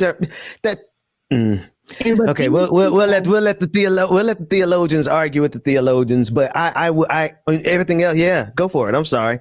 No. I mean, you know how we could just sit here and talk for days. Like, yeah. I just, we've. Let me ask you. It's not only the white churches that have been doing this. I said on our special with Bubba, how I was raised, not only because I'm in I come from a family that is West Indian, which gayness is not, even if you're not religious, it's just not a thing. It's a thing. People may be undercover, but they'll put you out into like they'll seclude you because they just don't think it's right. So culturally, there's like a strong homophobia and violence against the LGBTQIA communities okay. So now it's growing with social media has helped them, find a voice. But now outside of that, going into church and adding the cultural into that as well, it was just with strong, like we were taught not to hate them, but to just look at them like everything they did was wrong. Everything they touched, did, all that, they were associated with certain things and and that wasn't right. And that's why I say I had to come to a place, and especially because when I had friends in high school who were gay. I have a friend now who is trans. And shouts out to Chanel. He lives out here in Atlanta. And he comes from a Jamaican family. And he was casted away and had to be alone for a very, very long time. He's now a big PR person out here in Atlanta, but, and he's about to get married.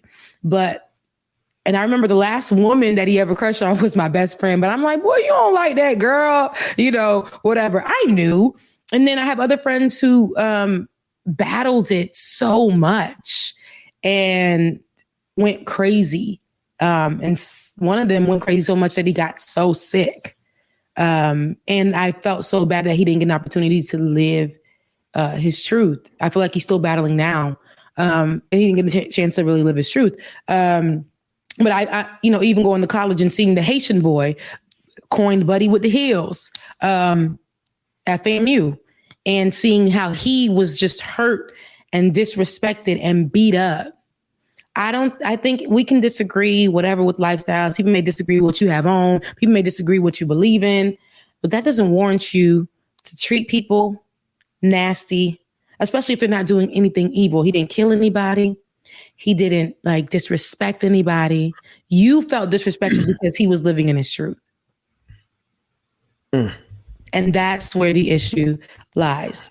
And he, so I had to really start asking God to help me see things differently outside of the teachings. I always say I had to get Jesus for myself, not the Jesus that mama, daddy, and my dad hardly is religious man anyway, but mama and daddy had, put me on to, Right. and that doesn't mean that I don't want to be Christian, because I do. That's just me. And I always tell people on the show, whatever you follow is what you follow. Being religious it not only applies to you being Christian. There are a lot of other religious groups, some very culty. Wait a minute. Culty than Christianity, but whatever you are. Wait, following, you just told us about all the whispers. Yeah. That was pretty culty at your church. Yeah, that was very culty. But I've seen other people who follow other religions, and it's super culty. So everybody got their own thing, whatever you believe. But I hope that whatever you believe in does not, the teaching sometimes are wrong, and sometimes you got to get out of it and get it for yourself.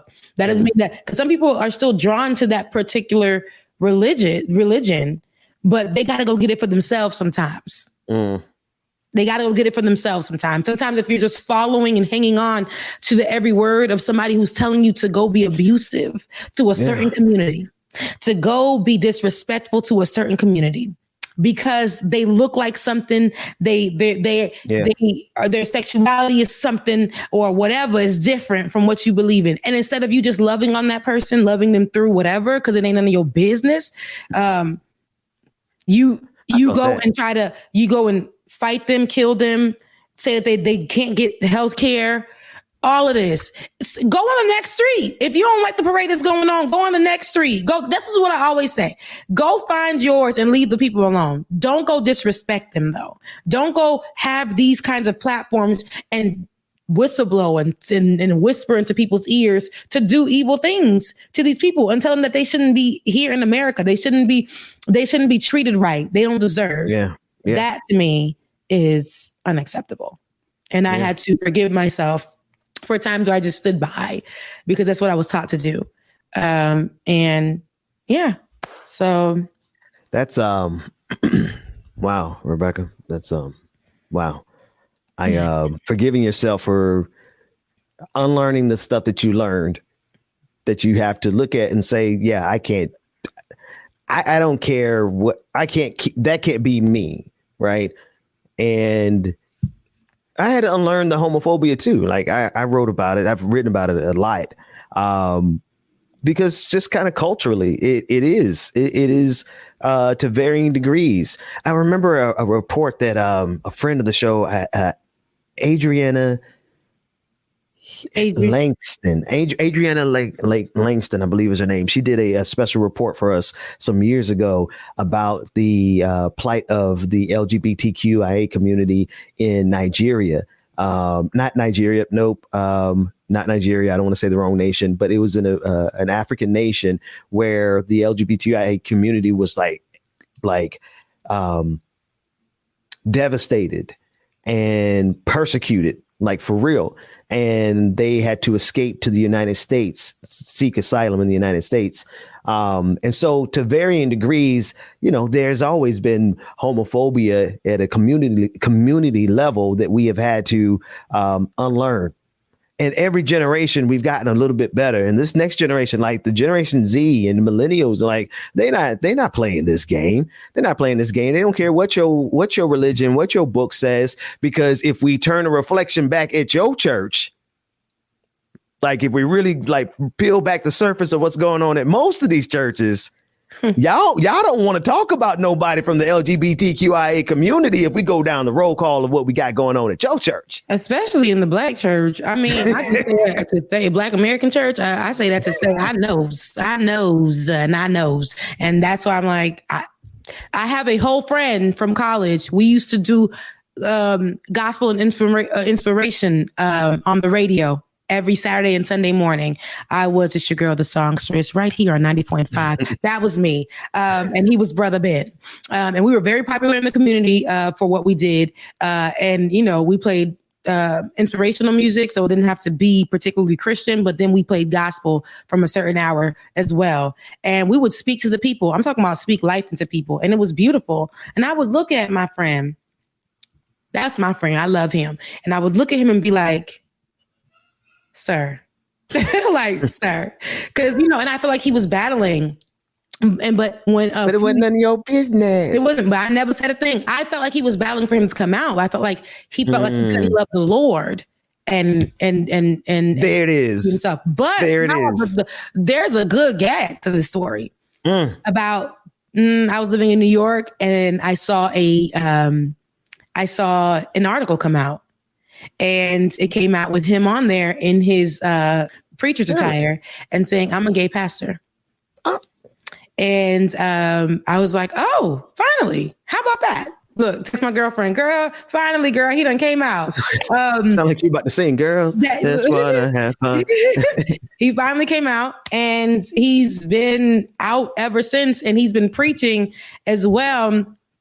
I don't know if he preaches so much now. He's an actor out in LA, but he, you know, he had to come out and walk in the truth because even then we were surrounded by people who were covering up, but we knew, like, we were like, wait, like, you're gay and you're on here preaching about something else. So, you know, when we would travel to different churches, because we used to be invited to the community church events and stuff. So, but yeah, it's just a lot. Well, I've met some great people who helped me.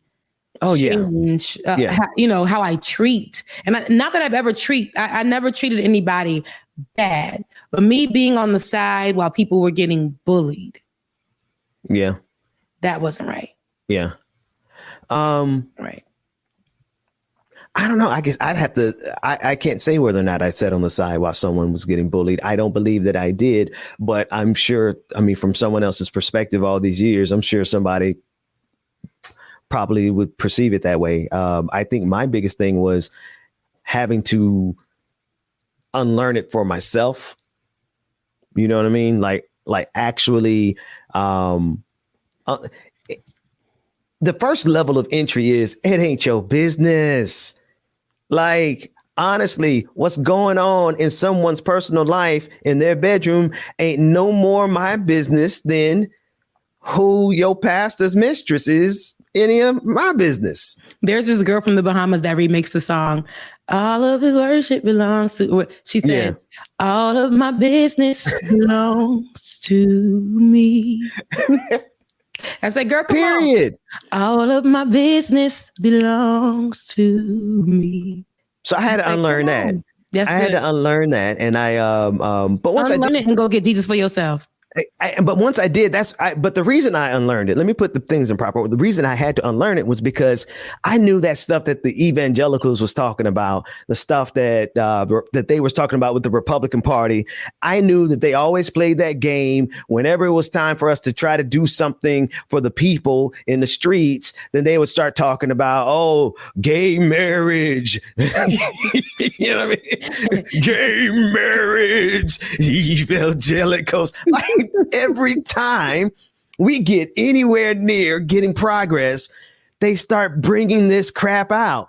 And I was like, no, we got to get work done. So I took like, I don't even know how long it was. Like and shout out to my friends who were, patient enough to literally, and I had an office at the time. Cause I was a big stuff. I was a big shot in my church.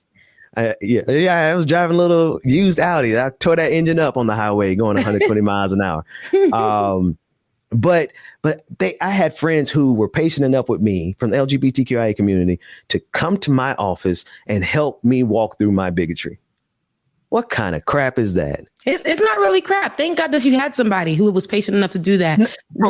But that they had to come and walk me through that. Because you were taught that. That was not something that, if you had your choice in your way, I'm pretty sure. But this is, and especially in the America that we were living in at the time, there was nothing. Go ahead. I don't want to cut you off, but what's crazy, my dad didn't teach me that, but the community did. Yeah, the America that we were living in, especially in that time, was not something that helped us to align with loving everybody. We already wasn't loved as Black folks. Now, you gay? Burn in the pits of hell. Yeah, burn in the pits of hell. But it's like, hey, but you're cheating on your wife.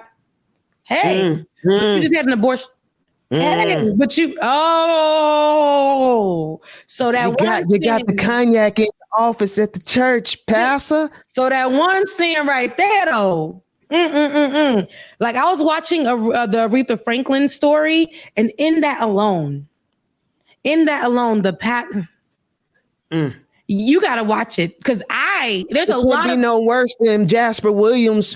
Not Jasper. Yeah, no, it was Jasper Williams messing up that lady's funeral. Listen, Aretha Franklin's dad raped a 12-year-old, had a baby with a 12-year-old, and and was cheating every single day with multiple women going to brothels. You talking about C.L. Franklin? Yes, and Ben, you would know. Man. Dang. Listen, had a whole baby with a 12-year-old. And you know what the Lord did to Aretha? Got her pregnant at 12. He didn't know what to do. You think that stopped him from doing what he was doing? Wait a minute, Rebecca. He was still preaching. I know we off on a tangent here, and I do have a way for us to connect this to the national level. But you mean to tell me, I didn't know that about C.L. Franklin. Oh, watch the Aretha Franklin special. I did. So you mean C.L. Franklin got a 12-year-old pregnant, and Jasper Williams preached that man's funeral like he was the second coming of Jesus going up to glory, sweet by and by. Like he preached that thing so good. Like I could see it in my Jesse Jackson was there. You know what I mean? They were all there celebrating this man. And when it came down for Aretha Franklin's funeral, Jasper Williams, the same man that preached her father's funeral, preached her funeral, and he couldn't say anything good about her because of the very thing that you said, because she had children at 12. And we're not talking about 1963. We're talking about like 2018, 19. I can't remember what year Aretha died. It's wild. It's wild because, at the end of the day, the people who got the most to say about the LGBTQIA community, y'all out here doing the most, not only in the Black church, but the white evangelical churches, because y'all got y'all mess over there too. And in the Republican Party, like this whole thing from top to bottom, y'all out here bombing children. Y'all out here starving the children in Yemen. Y'all out here like obliterating families in Palestine. Y'all we got all these things that the American evangelical right-wing coalition is doing. And y'all worried about somebody sleeping with somebody in a day. Mind your business. Mind your business. Exactly. I just told you about my former pastor. And guys, this is all three of my former pastors. And let me tell you, 2 of the 3 made CNN news. Oh, God. 2 of them. With their mess? With their mess? With their mess. 2 of them made CNN news with their mess. Because wait, keep going. But I gotta say this, y'all better. I don't care what you believe in, what you don't believe in. Y'all gonna stop playing with God. Y'all gonna stop playing with the universe. Cause y'all gonna stop playing with karma. Cause you mean they went viral for their mess? For their mind your business. Lord have mercy. Mind your business. Yes, they sure did. The small time guy in Tallahassee was found with another woman. This is the same man that used to preach down, these women be coming to my office trying to have their legs wide open, not understanding that I'm a married man. And Voting against abortion rights. Yeah. That's kind of weird. And then next thing you know, he was caught with another woman and jumped out of his window naked because the woman left the kids at the school. Husband went to go pick up the kids from the school, take them home. They was in there. And he jumped out the window naked. It was on videotape by the bushes. Oh. Mind your business. Mind your business. It might be the song, the Joe song, where he said, "You should jump out the window."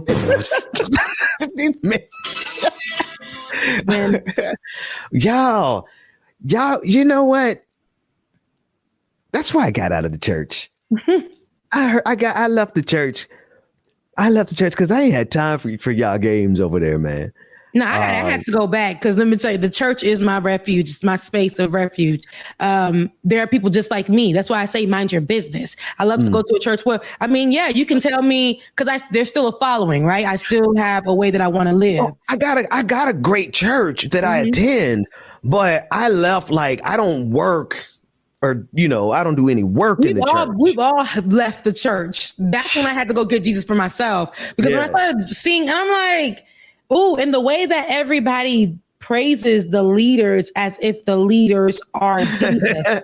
I got a problem with that. And then they come throw money down at the altar. I'm like, I got a problem with that. We making it rain? What we doing? Yeah. Don't give sis. I'm a 10%er. I'm a tither. When my heart tells me not to, I won't. Like there are times I've been to churches and I'm like, I'm not. I'm just gonna go and like go give to the homeless today or something. Find a way to give. I only tithe at churches where I feel like, okay, God, I'm connected. Like if I'm not being fed, there is no reason for me to feed. what am I doing? I mean, did you know? Did they ever teach you that you could give your tithe to the widow? No, what is that? No, scripture. It's scripture. Like you could give, there's scripture that says that you could give your tithe to the widow, but churches ain't gonna teach you that because they need to. That's anyway, a good way. That's a good way. If you don't want to, like, if you're not comfortable giving, I just want to make sure I'm on the record. I'm not knocking church because shout out to my church in here because my pastor the best. I don't know about them other pastors, but it's look, everybody. It's my pastor though.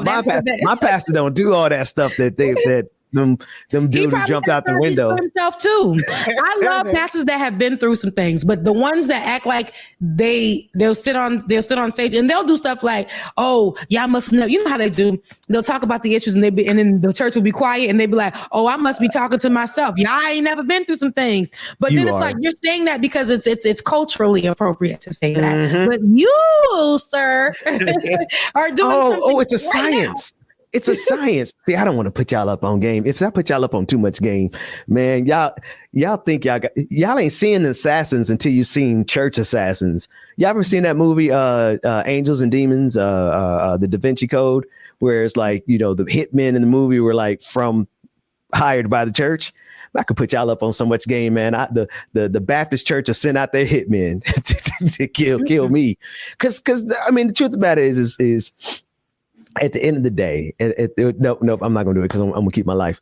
And you guys could trust Ben. He's a former pastor himself. Wait, don't say that too loud. Don't say that too loud. Reverend. No, he's not reverend. But no, he's a former, we've all had a position in the church. I would love to get back on. That's why I had to leave. I want to get on somebody's praise team again. Yeah, I'm not for the streets. You like singing.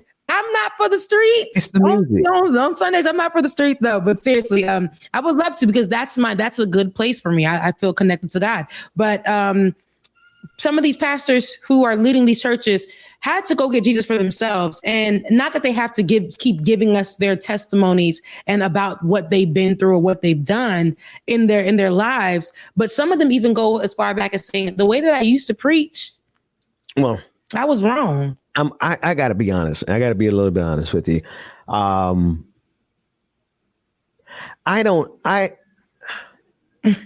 of the other reasons I left working for the church is because I'm not in the business of condemning anybody to hell. I'm just not. I've met too many people who are better examples of human beings and better examples of Christians, better examples of being Christ-like. I met too many people who would never walk a foot in anybody's church, who have more moral integrity and character and just virtue. I'll put it like this. What made me prepare to handle all the devils in politics was because I had to learn how to handle all the devils in the church first. Politics ain't nothing. And then they have the nerve to say not to mix the two. Meanwhile, white churches is mixing both of them and people don't know how to act. You don't even know how to be a Christian, right? And now you over here trying to tell me how to be what to choose and how to be a Republican or a Democrat and you want politics. You want me to condemn my Muslim brothers to hell? You want me to look at every brown person and call them terrorists?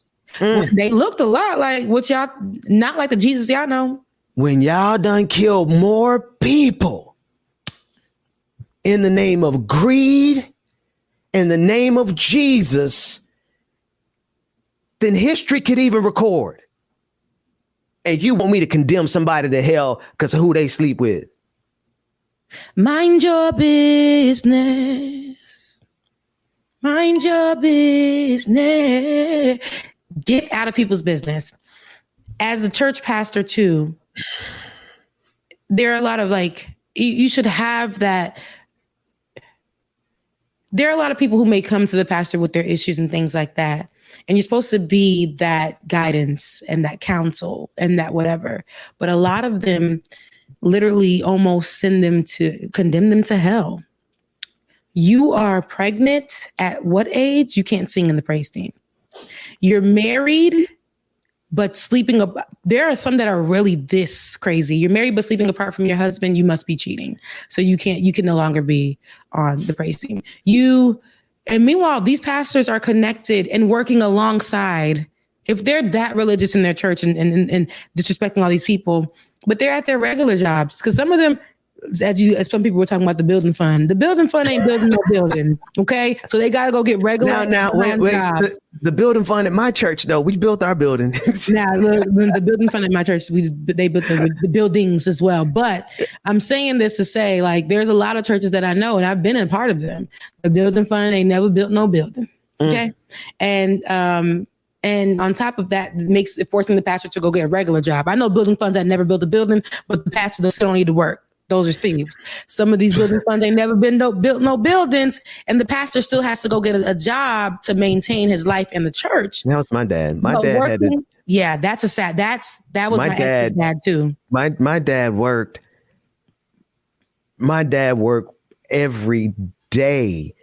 Or he just simply sacrificed for the sake of the ministry. Sometimes he was out doing the ministry work and he couldn't hold a regular job because he had to do the ministry work. Right. And then when the money got bad because of the ministry work, he went and picked up Heilig Myers, the furniture store down in Brookhaven, Mississippi. And he worked that thing. And then he taught Bible study. My dad died coming out of a Bible study that he was teaching with homeless people. That's the work right there.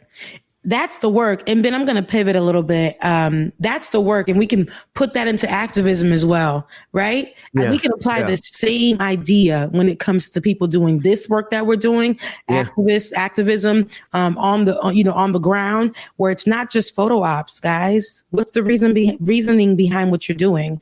When you're going to these protests, are there certain people that you're just attaching yourself to, or the woke looking ones? And forgetting about the rest of them who are out there protesting, the Black people that are protesting for the same thing that you are, but because this one's gay, you won't walk alongside this person. Make it make sense for me. Make it make sense, Rebecca. And then the activists who are out there actually doing work for the glory of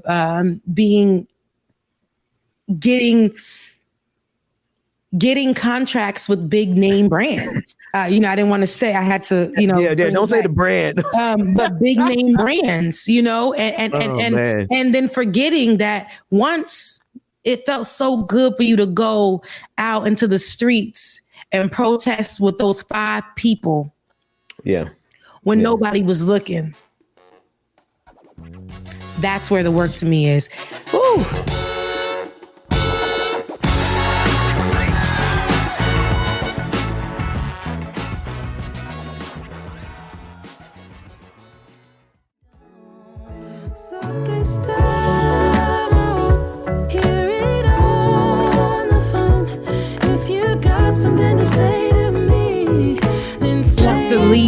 the show without giving Sha'Carri, I hope I'm saying her name right, Sha'Carri Richardson. I don't want to leave without giving. She actually is an American female track and field sprinter who competes in the 100-meter dash, and she dominated that over the weekend. And she beat a record, and now they're going off to she puts notice for the Olympic trials. So I hope that, okay, look, because David, you know. I was preparing to help filibuster. Right. So this, and before, I want you guys to understand, with me and Ben, we did this whole thing where we did for the whole month of February. We were black a few years ago. That was around the Black Panther time. And that was us working for Those are the good old days, wasn't it? This white Things company. simple. And they were simple, right? We had producers in them just to go ahead and this is like, what do you need, huh? That's Bob. Just making sure everything was good. But listen, I covered FloJo. Right. And she also was a beloved American track star, and she was known for her hair and her nails and the outfits that she made. And she was the fastest woman of all. She is, the fastest woman of all time to this day. She broke the record and that she set in 1998 for both the 100 meter and the 200 meter. And it still stands. But she's a Black woman. I see Sha'Carri here, Sha'Carri Richardson. I see her here. When I see her, this young girl with this vibrant orange hair and bright nails and her audacity to be the slow one. And when it starts and she's like, just kidding. And she literally, her confidence, because they want you to be humble sometimes. But sometimes walking in your confidence is part of your humility, because there was a point in time that you couldn't even say, I'm good enough, right? Wait. Can you say that again for me? Sometimes walking in your confidence is a part of your humility. Right. I don't mean to get you off track, but you got to explain that to us later. Go ahead. Okay. No, I say that because it's very true. Look at us Black people now. We had to be behind the scenes and feel like we were inferior, actually walking that. And people get mad because we're like, hey, my Black is beautiful. Melanin is popping. Look at me. Look at my braids. Look at me. Look at my skin. That's part of I'm humble when I do that, because I can literally take it somewhere else. I'm being humble when I walk in the pride of who I am. And this find that at such a young age is so beautiful. And she pointed at the camera. She pointed on the camera and she was like, while she was running, and it's basically, I'm coming for you. It's me. And in an interview, she said specifically, I'm that girl. I don't know what you guys have heard. Wow. I'm that girl. And that's the type of confidence that I see. When I think of FloJo, I think of her. And I know she said not to be compared to anybody, but mama got it. Here she is. The girl is a beast. Look at her. Look at her. This is where Richardson winds up. Wow.